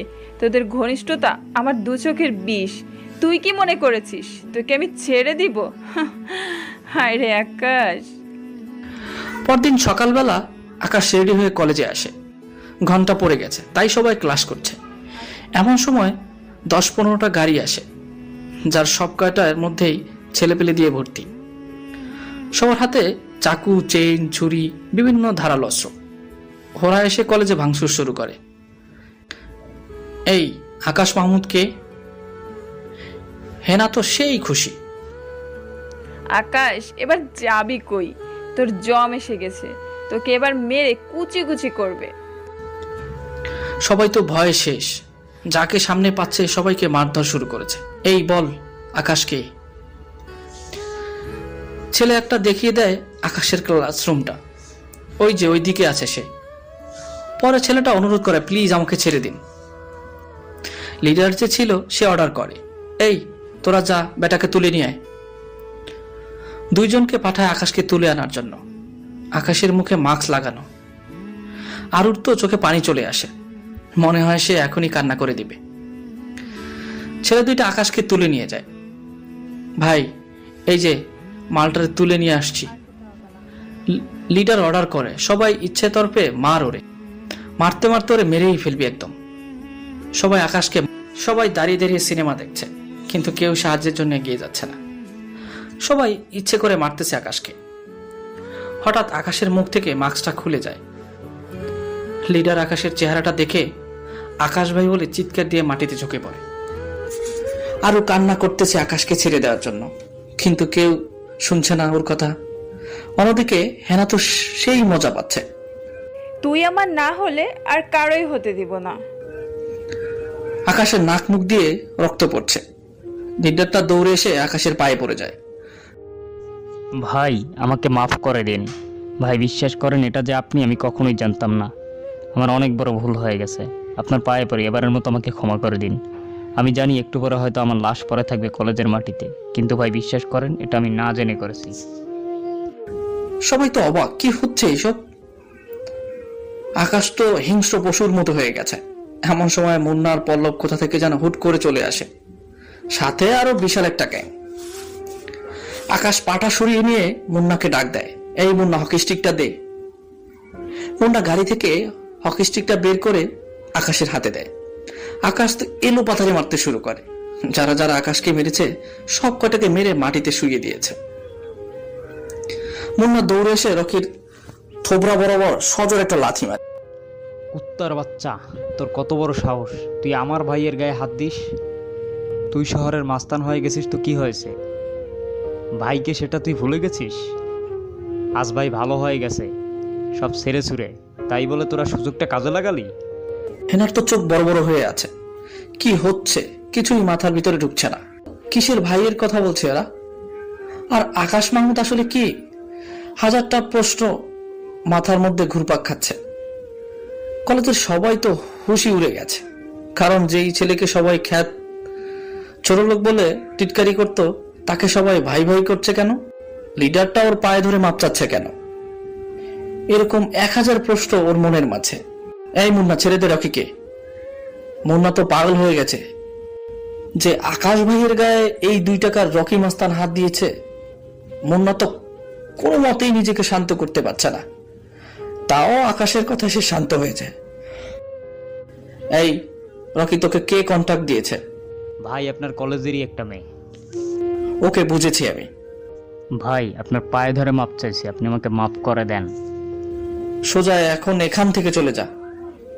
মাটি থেকে উঠে দাঁড়ায় চলে যাওয়ার জন্য। এমন সময় দেখে যে হেনা দাঁড়িয়ে আছে। রকি হেনার কাছে গিয়ে ওর গালের মধ্যে কয়েকটা থাপ্পড় বসিয়ে দেয়। আজ তোর জন্য নিজের জীবনটা চলে যেত। এই মেয়ে, কন্ট্রাক্ট দেওয়ার সময় কি বলেছিলি? ভাই ছোট লোক খ্যাত দেখে তো সহ্য হয় না। আরে নাদানের বাচ্চা, ভাই খ্যাত না, ভাইয়ের ঘরে ফ্লোর মোছার কাপড় যেটা আছে সেটা পর্যন্ত তোর কেনার সামর্থ্য নাই। ভাইকে জানিস? এই শহরের most popular top businessman Yakub সাহেবের ছেলে। আর ভাইয়ের আরেকটা পরিচয় আছে, এই শহরের যতগুলো নামকরা মাস্তান আছে না, সবগুলোর বাপ সে। হেনার তো চোখ কপাল উঠে গেছে, মনে হচ্ছে যেন তার কানটা এখনই ফেটে যাবে। কলেজের সবাই তো মুখ হাত দিয়ে ফেলেছে। কি বলে এই খ্যাত মার্কা ছেলে বাংলার টপ বিজনেসম্যানের ছেলে? মাথা ঠিক আছে সবার? ওই সেমরি, তুই যতই কোটিপতির মেয়ে হস না কেন, ভাইয়ের পায়ের নিচে পড়ে থাকবি। হেনার তো চোখ মুখ দিয়ে ধোয়া বের হচ্ছে, কথাগুলো ওজন যে সে নিতেই পারছে না। রকি তার পুরো টিমকে নিয়ে কলেজ থেকে বের হয়ে চলে যাবে। এমন সময় রানা কোথা থেকে যেন চলে আসে, আর সে এসেই রকির পুরো টিমকে মেরে মাটিতে মিশিয়ে দেয়। রকিকে মেরে মাটিতে ফেলে রাখছে। রকির নাক মুখ দিয়ে রক্ত বের হয়। রকির হুঁশ যাচ্ছে আর আসছে। রানা দৌড়ে আকাশের কাছে আসে। ভাই আপনার কিছু হয় নাই তো? এই জানোয়ারের বাচ্চাগুলো নাকি আপনার গায়ে হাত তুলেছে? আরে না, তুই আগে শান্ত হ। আমার কিছুই হয়নি, আমি ঠিক আছি। রানা টিমের লোকজনকে দেখে সবাই ভয়ে কলেজের ভিতরে ঢুকে পড়ে। এক একজনের হাতে বড় বড় আর্মস। ভাই কিভাবে শান্ত হব? ওরা আমার কলিজার ভাইয়ের গায়ে হাত দিছে, ওদের রক্ত পান না করলে আমার ভিতরটা ঠান্ডা হইব না। এই রানা, হয়েছে, এবার অবজা। আর আমি এসব ছেড়ে দিয়েছি। 10 মিনিটের মধ্যে পুরো কলেজ খালি হয়ে যাওয়া চাই, একটা রক্তের দাগও যেন না থাকে। আর রকিকে নিয়ে গিয়ে হসপিটালে ভর্তি কর। ভাই 10 মিনিট লাগবে না, 10 সেকেন্ডের মধ্যে আমি কলেজ ফাঁকা করে দিতেছি। আপনি খালি চোখের পলক ফেলেন, আমি তার মধ্যে কলেজ ফাঁকা করে দিতেছি। আকাশ ক্লাসরুমের দিকে যাচ্ছে, কিন্তু পুরো কলেজের স্টুডেন্ট ওর দিকে তাকিয়ে আছে। সবার একটাই কথা, যাকে আমরা খ্যাত বলতাম সেই আসল বাচ্চা। আর কোথা থেকে জানি দৌড়ে এসে আকাশকে সকলের সামনেই খপ করে জড়িয়ে ধরে। এই, তুই ঠিক আছিস তো? হ্যাঁ রে, ঠিক আছি তো। এই, তুই এভাবে কান্না করছিস কেন? তোর যদি আজ কিছু হয়ে যেত তাহলে কেমন হতো জানিস তুই কিছু? আরে কিছু হবে না আমার। আরে এই বাংলার বুকে আমার গায়ে হাত দিবে এমন কারো বুকের পাঠা হয় নাই। আর গায়ে হাত দেওয়া তো দূরের কথা, আমার নাম শুনলেই 100 হাত দূরে চলে যাবে। আরু কান্না যেন থামছেই না। আকাশ আরুকে ঘুরিয়ে ওর চোখের পানিগুলো মুছে দেয়।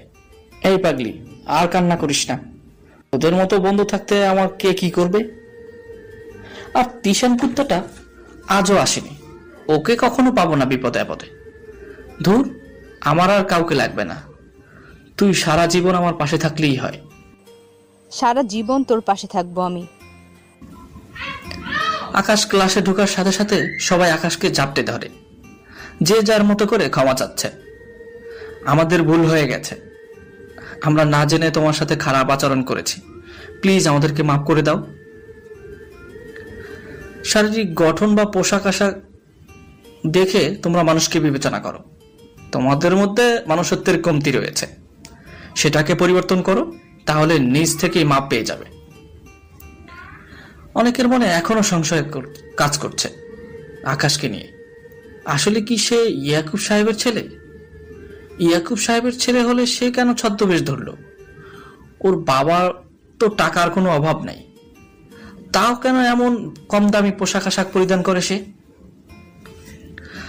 আজ কলেজে ক্লাস হবে না, পুরো কলেজে আকাশকে নিয়ে থমথমে আছে। স্যাররাও অবাক যে ইয়াকুব সাহেবের ছেলে এই কলেজে পড়ে, বাংলার টপ বিজনেসম্যানের ছেলে এই কলেজে পড়ে। তাদের যেন বিশ্বাসই হচ্ছে না।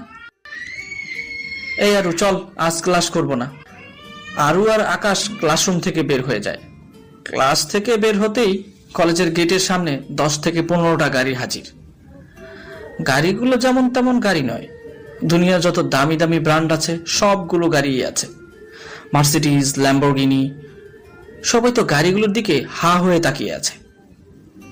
ওরা নিজের সচক্ষে কখন এমন গাড়ি দেখবে কিনা তার কোনো নিশ্চয়তা নেই।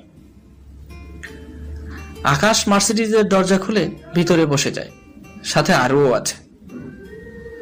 সবার কনফিউশন দূর হয়ে গেছে যে আকাশ মাহমুদকে। এদিকে সবাই তো কানাফোসা করছে। আকাশ মাহমুদ এত বড় লোকের ছেলে, কিন্তু হেনা কলেজের কোনো এক কোনায় বসে চোখের পানি ঝরাচ্ছে। সে নিজেকে ধিক্কার দিতে থাকে। ছি হেনা, তুই নিজেকে কোটিপতি আর মডার্ন মনে করতি, তুই নিজেকে এলিট ক্লাস দাবি করতি। আজ দেখ তোর পরিণতি।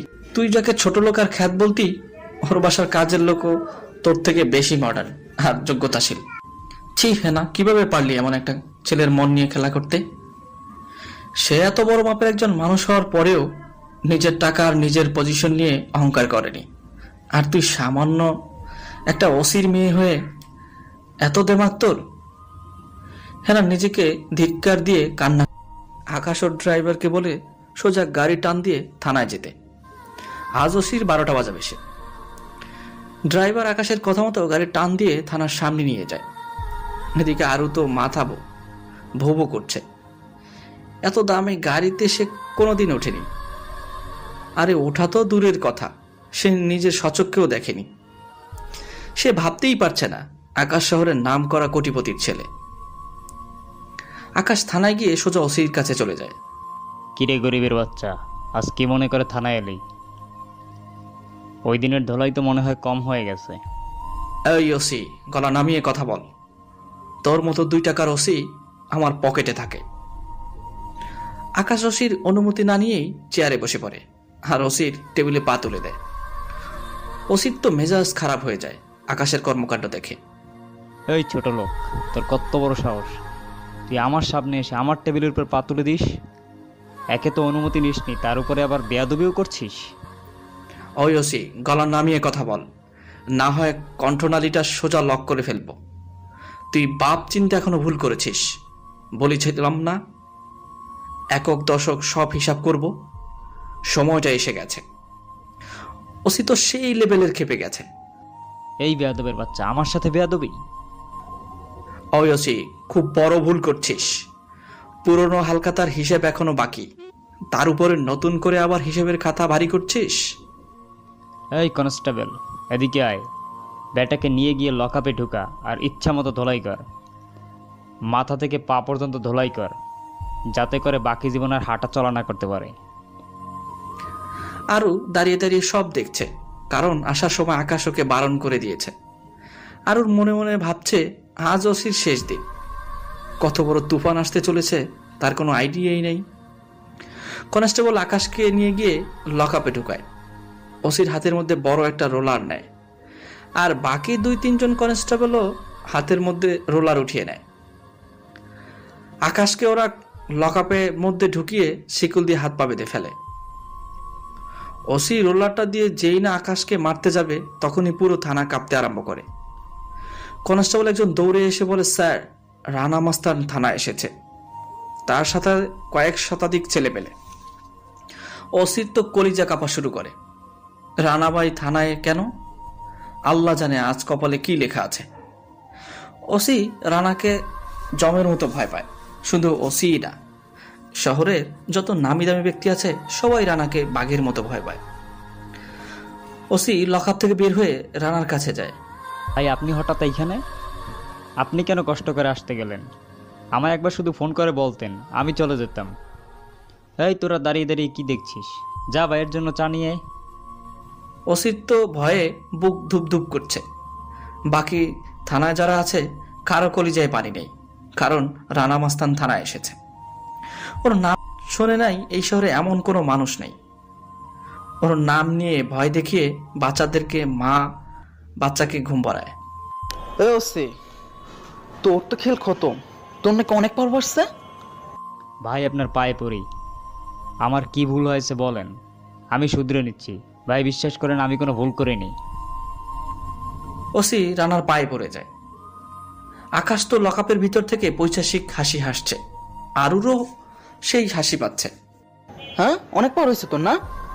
ওসি, তুই কোনো ভুল করিসনি। তুই যেটা করছিস না, সেটা মস্ত বড় ভুল, মহাভুল। আর সেই ভুলের কোনো ক্ষমা নাই, কোনো ক্ষমা নাই। তুই আমার পা ধরছিস কোন সাহসে? এই পাছার, কোন সাহসে তুই আমার পা ধরছিস? তোরে তো হালায় আমি জুতার তলে দিয়েই মেরে ফেলবো। জুতার তলে দিয়ে একদম পিসা মারমু তোরে, ঠিক আছে? ভাই, আমার ভুল হয়ে গেছে, আমায় ক্ষমা করে দিন। তোকে আমি কেন? পৃথিবীর কারোর মধ্যে সাধ্য নাই যে তোরে বাঁচাই, বুঝলি? তোরে বাঁচানোর সাধ্য কারোর মধ্যে নাই, ঠিক আছে? এমন সময় কনস্টেবল চা নিয়ে আসে। ভাই, আপনার চা। চা তুতলাতে তুতলাতে কনস্টেবলের হাত অনবরত কাঁপছে, মনে হয় এক্ষুনি জায়গার মধ্যে মলমূত্র ত্যাগ করবে। এই তুই লকআপে কারে আটক করছস? কারে আটক করছস তুই চিনোস? ভাই, সে থানায় এসে বড় গলায় কথা বলছিল, তাই আটক করছি। ভাই, সে মনে হয় আপনার লোক। আমার ভুল হয়ে গেছে ভাই, আমি এখনই ছেড়ে দিচ্ছি। রানা ওসির বুকের মধ্যে সজোরে একটা লাথি মারে। ওসি সোজা লাথি খেয়ে ফ্লোরে গিয়ে ছিটকে পড়ে। এই হারামি, সে আমার লোক না, বরং আমি তার লোক, ঠিক আছে? আমি তার পোষা লোক। শীষ বিল্লা ভাই, যাকে এক নামে পুরা শহর চিনত। বিল্লা দ্য কিং, ঠিক আছে? আমি রানা তার কাছে কাঠের পুতুলের মতো। আমি রানা তার কাছে কাঠের পুতুলের মতো। আমার মতো রানা তার আশেপাশে অনেকগুলা ঘোরাঘুরি করে, অনেকগুলা। আর তুই তারের লকআপে পড়ছস? হ্যাঁ, তারের লকআপে আটক করে রাখছিস। তাহলে ধরে নে বাপ, তোর আজকে এই থানাতেই সমাধিটা হবে, ঠিক আছে? ওসির চোখ বড় বড় হয়ে যায়। রানা মাস্তান কি বলছে সব উল্টাপাল্টা? ওসির চোখ দিয়ে ঝর্ণার মতো পানি ঝরতে আরম্ভ করে। ওসির কলিজা যেন শুকিয়ে গেছে। সে কি করতেছে তার কোনো আইডিয়াই নেই। বিল্লাকে লকআপে না, শুধু তাকে সারা রাত মেরেছেও। থানার মধ্যে যত পুলিশ মজুদ ছিল কারো কলিজার সাথে নেই। ওসি দৌড়ে লকআপে ঢুকে পড়ে আর আকাশের পায়ে গিয়ে জাপটে ধরে। ওসি নিজের হাত দিয়ে নিজের মুখে সজোরে আঘাত করতে থাকে। ও ভাই, আমায় ক্ষমা করে দিন, আমি জানতাম না আপনি কে, আর আমি আমার পাওয়ারের অপব্যবহার করেছি, আর কোনোদিন এমন করব না বলে আকাশের পায়ে জাপটে ধরে কান্না করতে থাকে। ওই ওসি, পা ছেড়ে উপরে ওঠ। দেখছিস পাওয়ার? হ্যাঁ, এটাই পাওয়ার। 10 জন কনস্টেবল সাথে নিয়ে গিয়ে মানুষকে তুলে এনে লকআপে ঢুকিয়ে মারধর করা, এটা পাওয়ার না। পাওয়ার হচ্ছে তোর মতো ওসি এসে পায়ে ধরে হামাগুড়ি দিয়ে মাপ চাওয়া। কি বলেছিলাম না তোর হালকাতা ভারী হচ্ছে, কিন্তু শুনলি না। সেই এসেই আমার পায়ে ধরে হামাগুড়ি দিয়ে কান্না করছিস। যা, জীবনটা ভিক্ষা দিলাম, কারণ এই সমস্ত কিছু আমি ছেড়ে দিয়েছি। না হয় তোর দেহটা এই সময় ফ্লোরে পড়ে থাকতো। এরপর আর এমন পাওয়ারের অপব্যবহার করিস না। ভাই, আমার জীবন থাকতে কোনো দিন এমনটা আর করবো না। এই রানা, চল। তারপর সবাই বাসায় চলে যায়। কনস্টেবল একজন ওসির উপরে গরম হয়ে যায়। এই ওসি শোন, এটা হলো মনুষ্যত্ব, আর তোর মধ্যে যে মনুষ্যত্বটা কখনোই ছিল না, ঠিক আছে? ওসি যেন পাগল হয়ে গেছে, তার মধ্যে কোনো হিতাহিত জ্ঞান নাই। আকাশ বাসায় এসে পড়ে, সাথে আরও কেউ নিয়ে আসে। আকাশ, তুই এত বড় মাপের একজন হওয়ার পরেও এমন নর্মাল হয়ে থাকিস কেন রে? ভেষভূষা তো কি আছে, খালি অহংকারটাই তো। শোন, অহংকার আমার 2 চোখের শত্রু। আসলেই রে, তুই মহান একজন মানুষ। তোর মতো একজন মানুষকে জীবনসঙ্গী করে পেতাম, জীবনটা সুন্দর হয়ে যেত।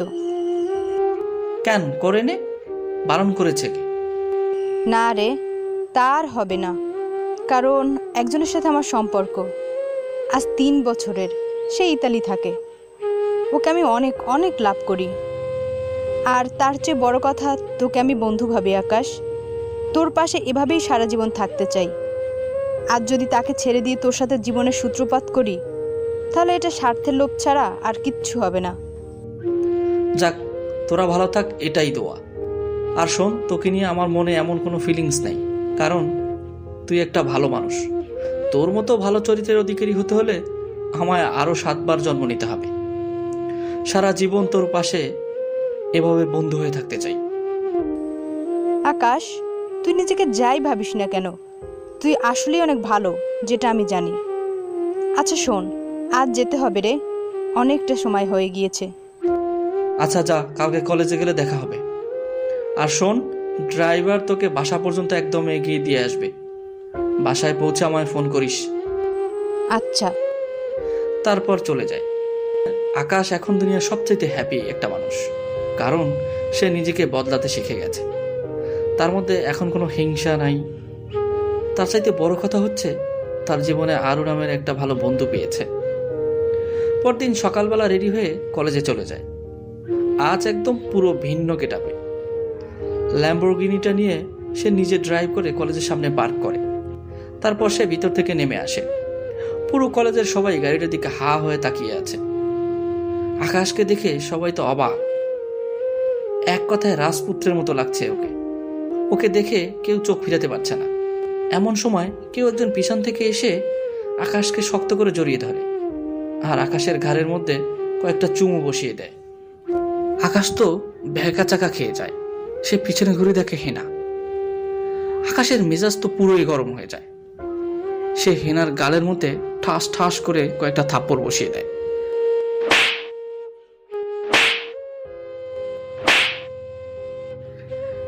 এই, তোর কত বড় সাহস যে তুই আমাকে জড়িয়ে ধরেছিস? সাহসের কি আছে, আমি আমার বিএফ কে জড়িয়ে ধরেছি। এই মেয়ে, শাট আপ, মুখ সামলে কথা বল। তোর সাথে আমার কোনো কালেই কোনো কিছু ছিল না। হঠাৎ করে কোথা থেকে উড়ে এসে বিয়ের দাবি করছিস? প্লিজ আকাশ, আমায় এভাবে অস্বীকার করো না। আমি যা করেছি ভুল করেছি। প্লিজ আমায় ক্ষমা করে দাও।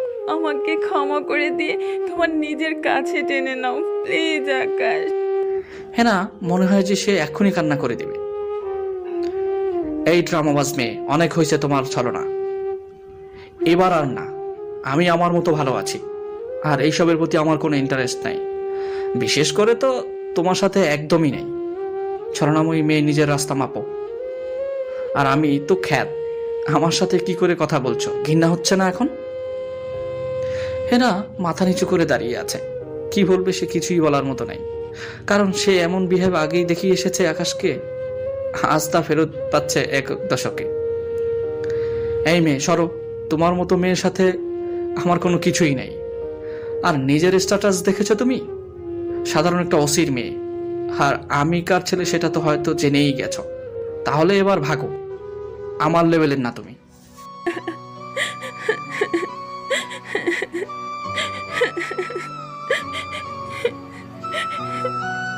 হেনা ছোট্ট বাচ্চার মতো কান্না করে দেয় আকাশের কথা শুনে। আকাশ হেনাকে ফেলে রেখে ক্লাসে চলে যায়। হেনার নিজের দোষী সবটা হয়েছে। অহংকার পতনের মূল, আসলেই কথাটা সত্যি। হেনা কান্না করতে করতে বাসায় চলে যায় ক্লাস না করে।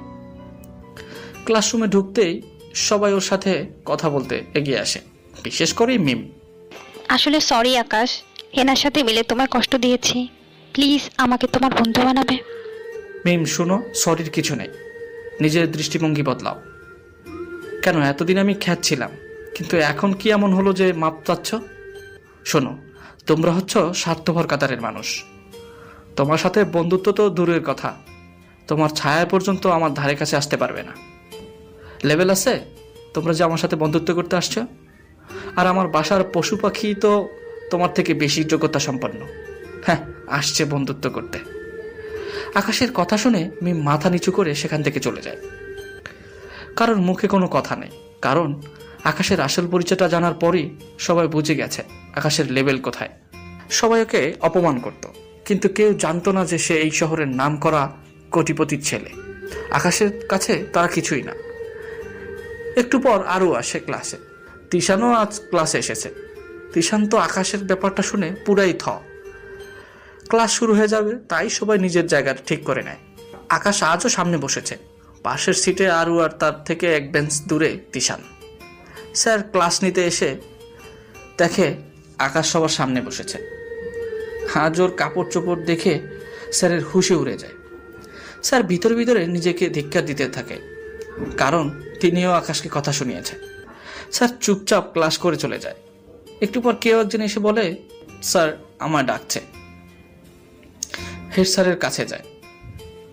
আকাশ, তোমাকে নিয়ে আমরা প্রাউড করি যে তুমি আমাদের কলেজে পড়েছো। ইয়াকুব সাহেবের ছেলে আমাদের কলেজে পড়ে সেটা বিশ্বাসই হচ্ছে না। প্লিজ কখনো কোনো কিছু দরকার হলে আমায় বলবে। Okay sir. তারপর আরও কিছু কথা বলে স্যারের রুম থেকে বেরিয়ে আসে। আর মনে মনে ভাবছে, দুনিয়ার নেওয়াজটা পাল্টে গেছে। ভালো মন দিয়ে কোনো কিছুই যায় আসে না মানুষের। একটা জিনিস দিয়েই বিবেচনা করা হয়, টাকা পয়সা, পাওয়ার।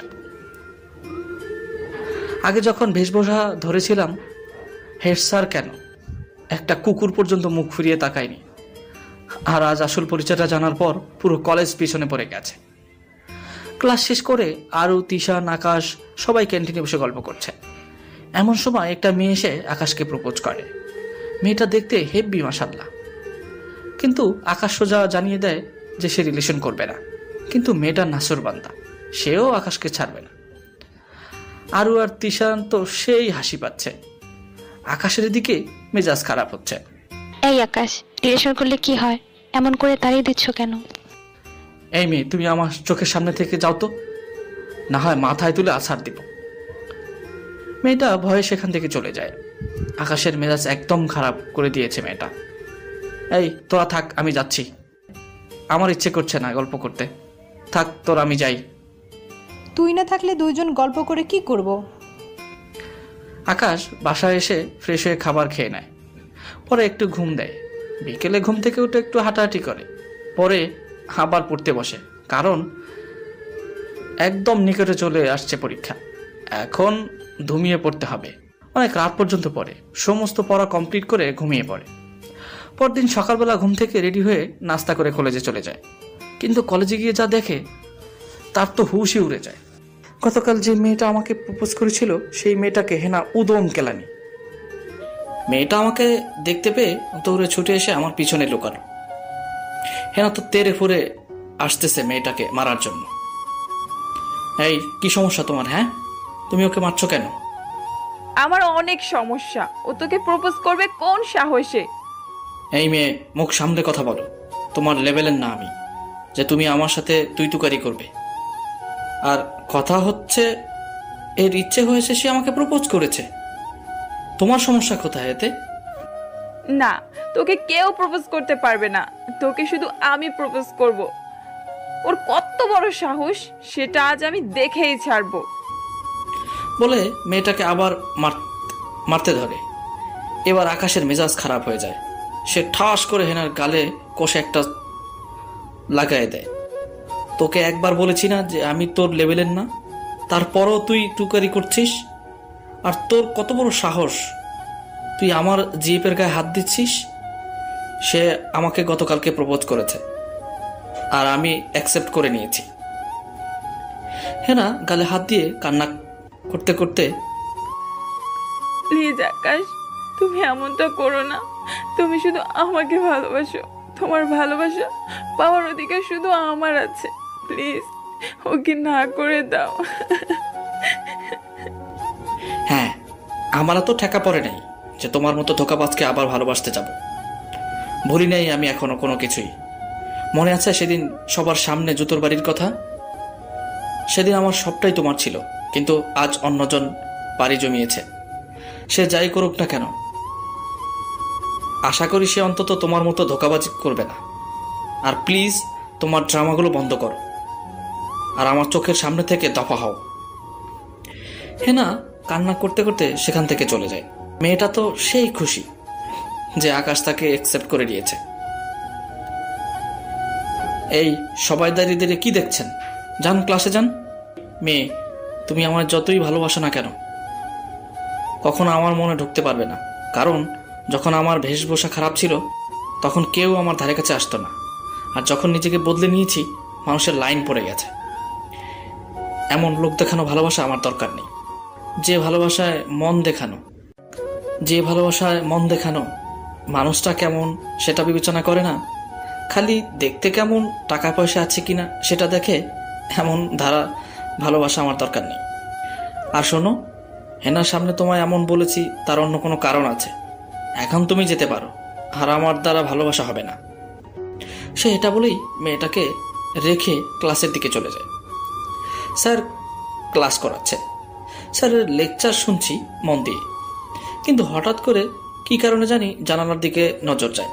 তখনই চোখে পড়ল অনেকগুলো গাড়ি কলেজের গেটে দিয়ে ভিতরে প্রবেশ করে। গাড়িগুলো আমার পরিচিত মনে হচ্ছে।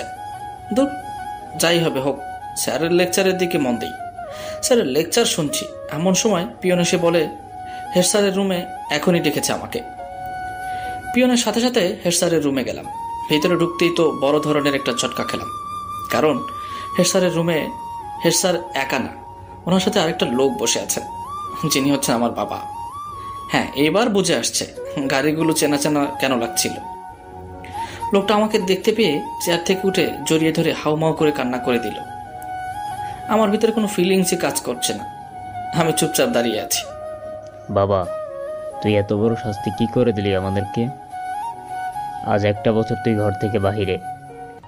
সেদিন না হয় রাগ করে তোর গায়ে হাত তুলেছিলাম আর কিছু কথা শুনিয়েছিলাম, তাই বলে তুই এভাবে আমাদেরকে ছেড়ে আসবি? আজ একটা বছর আমাদের মনে কোনো শান্তি নেই।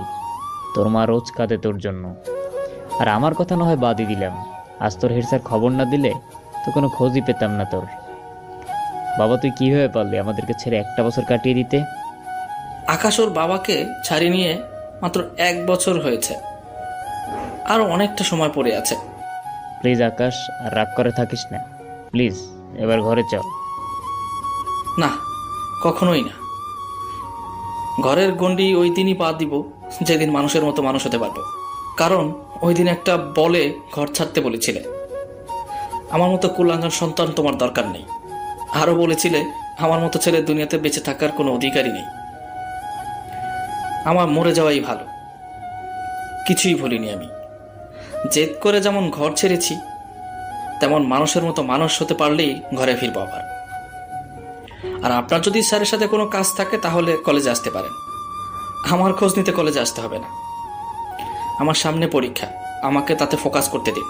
চলি, এবার আমার গুরুত্বপূর্ণ ক্লাস চলছে। চলে যাচ্ছি, কিন্তু হঠাৎ করে একটা কথা মনে পড়ে যায়। সে পিছনে ফিরে, ও হ্যাঁ, একটা কথা বলতে ভুলে গেছি। শোনেন, আমি যেমনই ছিলাম, যে পথেই ছিলাম না কেন, কখনো অন্যায় করি নাই, মানুষের ক্ষতি করি নাই। আর আপনি আজ বেঁচে আছেন আমি আকাশের জন্য, সেজন্যই আমি কুলাঙ্গার হয়ে গেলাম। হেড স্যারের রুম থেকে বের হয়ে ক্লাসে চলে আসে। ইতিমধ্যে পুরো কলেজের খবর পেয়ে গেছে যে এই শহরের টপ বিজনেসম্যান ইয়াকুব আলী সাহেব কলেজে এসেছে, তাই স্যারেরা ক্লাস ছুটি দিয়ে দিয়েছে। পুরো কলেজের গমগম করছে মানুষের জন্য।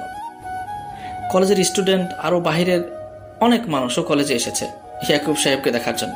আকাশের সেই দিকে কোনো আক্ষেপ নেই, তার মন খারাপ হয়ে আছে, তাই সে আরুকে নিয়ে গাছতলায় চলে যায়। কিরে, তোর বাবা আসছে, তোর আরও খুশি হওয়ার কথা, কিন্তু সেখানে তুই মন খারাপ করে বসে আছিস। কারণ আমি ওনার ছেলে না, তাই। মানে কি বলছিস আকাশ? তুই তো জেনে গেছিস আমি কে। দেখ, আমি যাই করেছি কখনো মানুষের খারাপ করিনি, মানুষের সাথে অন্যায় বা খারাপ আচরণ করিনি। আর আজ যে সেই লোক বেঁচে আছে আমার জন্য। পিন্টু হাজি ওনার পিছনে লোক লাগিয়ে দিয়েছিল মারার জন্য, কিন্তু আমার জন্য কিছুই করতে পারেনি। আমি উল্টো ওদের সব কয়টাকে সাইজ করেছি, আর সেই ঘরের মানুষই আমাকে বলে আমি নাকি কুলাঙ্গার, আমার নাকি বেঁচে থাকার অধিকার নাই, আমি সন্ত্রাস। দেখ আকাশ, তুই হয়তো কষ্ট পেয়ে কথাগুলো বলছিস, কিন্তু দেখ তোর বাবা রাগের থেকে কথাগুলো বলেছে। আর তুই যতই ভালোই করিস না কেন, তোর কাজ করার লাইনটা তো খারাপ, তাই তিনি হয়তো রিয়েক্ট করেছেন। আর তুই কি ওনার পক্ষ হয়ে কথা বলছিস? আরে না, ওনার পক্ষ নিয়ে কথা বলতে যাব কেন, আমি তোর পক্ষ নিয়ে কথা বলছি। আচ্ছা থাক, এবার আর গালফুলি থাকতে হবে না, চল ক্যান্টিনে যাব, আইসক্রিম খাবো। আইসক্রিম খেয়ে দুজনের মতো বাসায় চলে যায়। ইয়াকুব সাহেব নৈরাশ হয়ে বাড়িতে ফিরে যায়। অন্যদিকে হেনা তো বাসায় গিয়ে সমস্ত কিছু তোলপাড় করে ফেলেছে, ওকে কেউ থামাতেই পারছে না। আমি আকাশকে ভালোবাসি, আমার আকাশকে চাই, এগুলো বলে বাসায় যত কাচের শোপিস ছিল সব ভেঙে গুড়ি গুড়ি করে ফেলেছে। হেনার বাবা, ওসি। মারে, তুই তাকে অপমান করছিস, আমিও তাকে অত্যাচার করেছি, এত কিছুর পরেও কি সে তোকে মেনে নেবে? আমি জানি না আমার আকাশকে লাগবে, ব্যাস, না হয় আমি মরে যাব। তোমরা আমার ভালো চাও তো ওকে এনে দাও, না হয় তোমরা তোমাদের মেয়ের মৃত লাশ দেখবে, সেজন্য প্রস্তুত হয়ে নাও। বাসায় এসে গোসল করে খাওয়া দাওয়া শেষ করে পরে একটু ঘুমোতে যাবে বলে ভাবি, কিন্তু তখনই অচানক একটা নাম্বার থেকে ফোন আসে। হ্যাঁ, কে বলছেন? আমি থানার ওসি বলছি। আমাকে কি কারণে ফোন করছেন? প্লিজ বিল্লা ভাই, আমার কথাটা একটু শুনেন। আমার মেয়েটা আপনাকে খুব বেশি ভালোবাসে, সে আপনাকে না পেলে নাকি সুইসাইড করবে। প্লিজ আপনি আমার মেয়েটাকে গ্রহণ করে নেন। ওই ওসি মাথা পাগল হয়ে গেছে? হ্যাঁ, সামান্য একটা ওসির মেয়েকে আমি বিয়ে করব? এটা কখনোই সম্ভব না। আর কে কি করবে এত কিছু আমার দেখার সময় নেই। সুইসাইড করবে না কি করবে সেটা ওর ব্যাপার। এর পরের বার যদি আমার নাম্বারে কোনো ফোন আসে তাহলে অবস্থা খারাপ করে দিও। আর আমার রিলেশন আছে অন্য মেয়ের সাথে, কিছুদিন পরে আমরা বিয়ে করতে যাচ্ছি। আপনার মেয়েকে বলবেন অযথা কোনো কিছু করে নিজের বিপদ ডেকে না আনতে, এতে আপনার মেয়েরই ক্ষতি হবে। বাই, ভালো থাকবেন। আকাশ ফোনটা কেটে দিয়ে ঘুমিয়ে পড়ে। বিকেলবেলা ঘুম ভাঙে কারো হাতের স্পর্শে, কেউ একজন তার মাথায় হাত বুলিয়ে দিচ্ছে। আকাশ মিটমিট করে চোখটা খুলেই দেখে আম্মু। আম্মু তুমি? হ্যাঁ আমি। আকাশ লক্ষ্য করে ওর আম্মু কান্না করছে। আম্মু তুমি কান্না করতেছো কেন? আজ 1 বছর পর তোকে দেখতে পেয়েছি। আজ একটা বছর ধরে তোর চাঁদ মাখা মুখখানা দেখি না, তো কান্না করবো না তো কি করব? ও ওর আম্মুকে জড়িয়ে ধরে কান্না করে দেয়। আম্মু আমায় ক্ষমা করে দাও, আমি নিজেকে মানুষ করার জন্য ঘর ছেড়েছি। কিন্তু আম্মু তুমি আমায় খোঁজ পেলে কোথায়? তোর আব্বু আজ বলল তুই এখানে একটা কলেজে পড়াশোনা করিস। আর তাছাড়া তোর ড্রাইভারের সাথে আমার গতকাল দেখা হয়েছে, ওদেরকে জিজ্ঞেস করেছি তোর কথা, কিন্তু ওরা বলেছে তোর নিষেধ আছে ঠিকানা বলতে। তাও অনেক জোর করে তোর ঠিকানা মুখ থেকে বের করেছি। ওর আম্মুর কথা শুনে হা হয়ে তাকিয়ে আছে। আম্মুর সাহস দেখে আমার অবাক লাগছে। যেই উনি থাকে এক শহরে, আর সেই শহর থেকে আমার খোঁজ করার জন্য অন্য শহরে চলে আসছে, তাও আবার একা। আব্বু জানে তুমি যে আমার খোঁজে এসেছো? হ্যাঁ জানে। তাহলে তোমায় একা ছেড়ে দিল কি করে? ছেড়েছে কোথায়? আমি জোর করে বের হয়েছি। বলেছি আমার ছেলের কাছে যাব আমি, আমায় যদি আটকানোর চেষ্টা করে তাহলে চিরতরে ঘর ছেড়ে দিব। আর তাছাড়া ওই লোকের জন্য তুই ঘর ছেড়েছিস। 1 বছর আমার কত চোখের জল ঝরেছে জানিস? রোজ রাতে কেঁদে কেঁদে চোখ ফুলিয়ে লাল করে ফেলতাম। আম্মু সরি। এই পাগল ছেলে, কি করছিস? যা হয়েছে হয়েছে, এবার ঘরে চল। না আম্মু, এটা সম্ভব না। তুই যদি আজ আমার সাথে ঘরে না যাস তাহলে আমি এখান থেকে বের হয়ে অন্য কোথাও চলে যাব। আম্মু তুমি কি বলছো এইসব উল্টাপাল্টা? আমি এত কিছু বুঝি না, তোর ঘরে যেতেই হবে আমার সাথে। আম্মু তুই আমার সাথে যাচ্ছিস, এটাই ফাইনাল। আকাশের আম্মু যখন বাসায় এসেছে তখন পল্লব ছিল না বাসায়। সে পল্লবকে ফোন করে বলে বাসায় আসতে। সে তার নিজের বাড়ি ফিরে যায়। পল্লব আকাশের ফোন পেয়ে তাড়াতাড়ি বাসায় আসে। তারপর পল্লবকে বলে তুই থাক, আমি বাড়ি যাচ্ছি। পল্লব আকাশের কথা শুনে বলে ভাই তাহলে আজ রাতে আমিও আমার বাড়িতে ফিরে যাব। পল্লবকে বলে হ্যাঁ তাই কর। আকাশ পল্লবকে বলে হ্যাঁ তাই কর, বাসার মানুষ অনেক চিন্তায় আছে। তারপর আকাশের আম্মু আর আকাশ মিলে বাসার উদ্দেশ্যে রওনা দেয়। এদিকে আকাশ ফোন করে সমস্ত গাড়ির ড্রাইভারকে বলে দেয় যেন সবাই বাড়িতে চলে যায় গাড়ি নিয়ে। বাসায় পৌঁছাতেই রুহি এসে জাপটে ধরে কান্না করে দেয়। ওই কুত্তা, শয়তান বদমাশ, কই ছিলি তুই এতদিন? বলে মারতে শুরু করে। রুহি আকাশের ছোট বোন। আকাশ আরে আরে মারছিস কেন, লাগছে তো। চুপ কুত্তা কথাকার, তোর শরীরে একদম হাতের নখ ঢুকিয়ে দেব। কিভাবে পারলি তুই আমাকে বুড়া থাকতে ভাইয়া? চুপ করে আছে। এই রুহি, এখন বকবক করিস না, পরে এসব আলাপ করিস। এখন অনেক দূর থেকে এসেছে, আগে একটু ফ্রেশ হতে দে। আজ 1 বছর পর বাসায় এসেছে। বাসাটা সেই আগের মতোই আছে, কিন্তু কেমন নীরব একটা পরিবেশ। ঘরটাকে মরাবাড়ির মতো বানিয়ে ফেলেছে। আমি আমার যেই রুমে ছিল সেটাতেই চলে গেলাম। গিয়ে দেখি সমস্ত কিছু আগের মতোই আছে। অবাক হলাম, আমার রুমটা একদম পরিপাটি করে গোছানো। তার মানে এই রুমটা রোজ কেউ গুছিয়ে রাখে। আকাশকে পেয়ে বাসার সবাই মহা খুশি। আকাশও খুশি। সে সবার সাথে হেসে খেলে কথা বলছে, শুধু তার বাবাকে ছাড়া। কারণ সেই মানুষটার প্রতি তার কেন জানি একটা অভক্তি চলে আসছে। আকাশের বাবাও কিছুটা আন্দাজ করতে পেরেছে। তিনিও ভিতরে ভিতরে কুকড়ে কুকড়ে ঝুলছে, পুরো ছাই হয়ে যাচ্ছে। একেবারে বাসায় ফিরে আসছে। সে সারাদিন বাসায় থাকে। পরের দিন সকালবেলা রেডি হয়ে নিজে গাড়িটা নিয়ে কলেজে চলে যায়। কলেজের গেট দিয়ে ঢুকতেই এমন সময় হেনা তার সামনে পদ আটকায়। এই আকাশ, দাঁড়াও, তোমার সাথে আমার শেষ কিছু কথা আছে। তোমার মতো মেয়ের সাথে আমার কোনো কথা নাই। না, তোমার কথাগুলো শুনতেই হবে।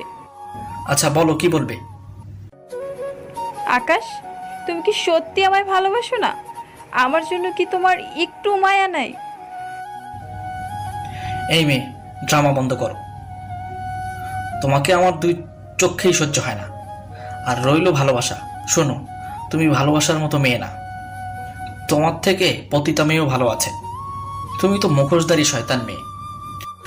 তোমার মতো মেয়েকে যে কিভাবে আমি ভালোবাসছিলাম সেটাও আল্লাহ ভালো জানে।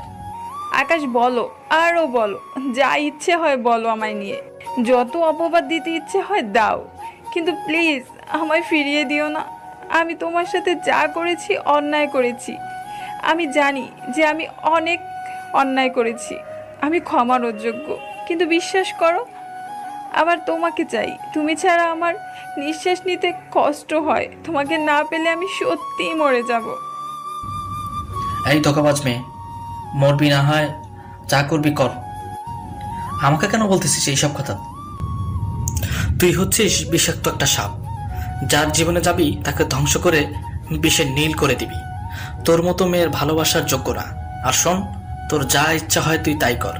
মরবি না কি করবি সেটা তোর একান্তই ব্যক্তিগত ব্যাপার, কিন্তু এইসব কথাবার্তা আমার সামনে বলিস না।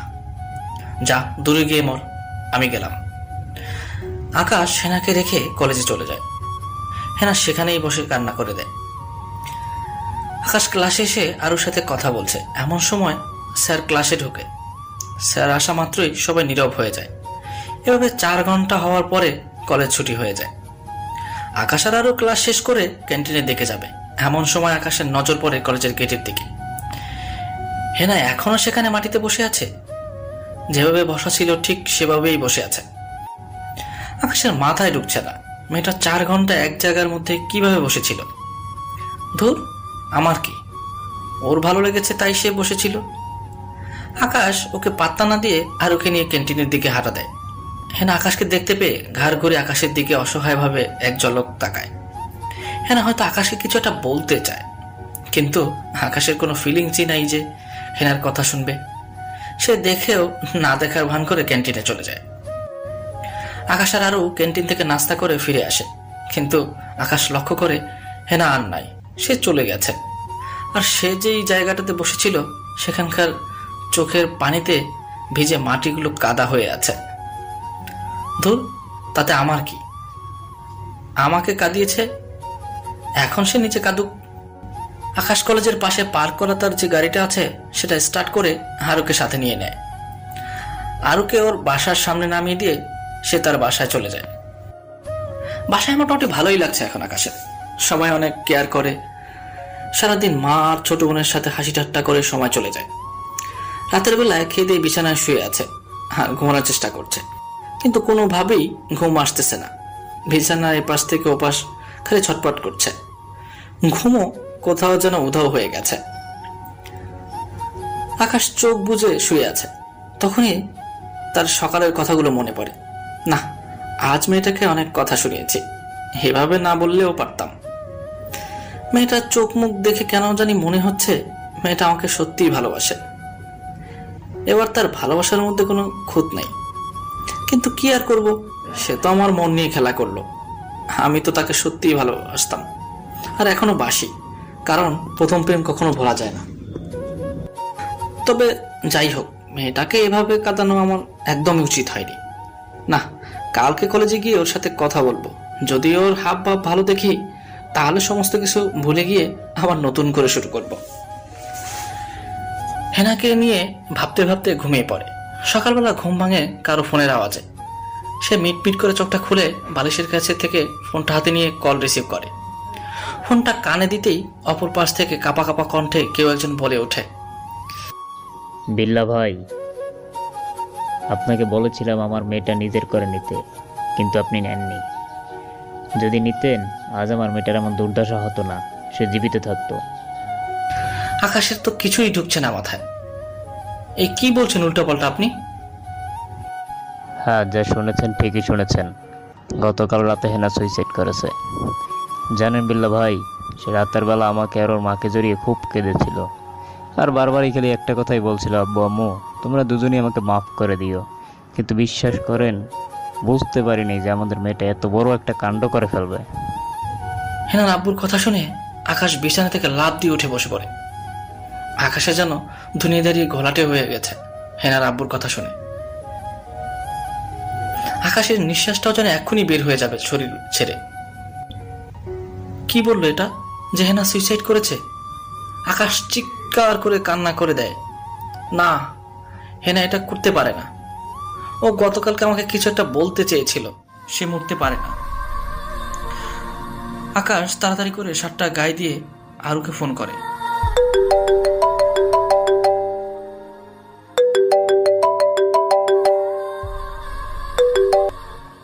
আরু হেনা নাকি সুইসাইড করেছে। জানি না, আমিও এমনটা শুনলাম। তুই তাড়াতাড়ি চলে আয়, দুজনে মিলে হেনার বাসায় যাব। আচ্ছা তুই দাঁড়া, আমি কিছু সময়ের মধ্যে আসছি। আকাশ কোনো মতে তাড়াহুড়ো করে গাড়ির চাবিটা নিয়ে ঘর থেকে বের হয়ে আসে। চোখ মুখে হতাশার ছাপ।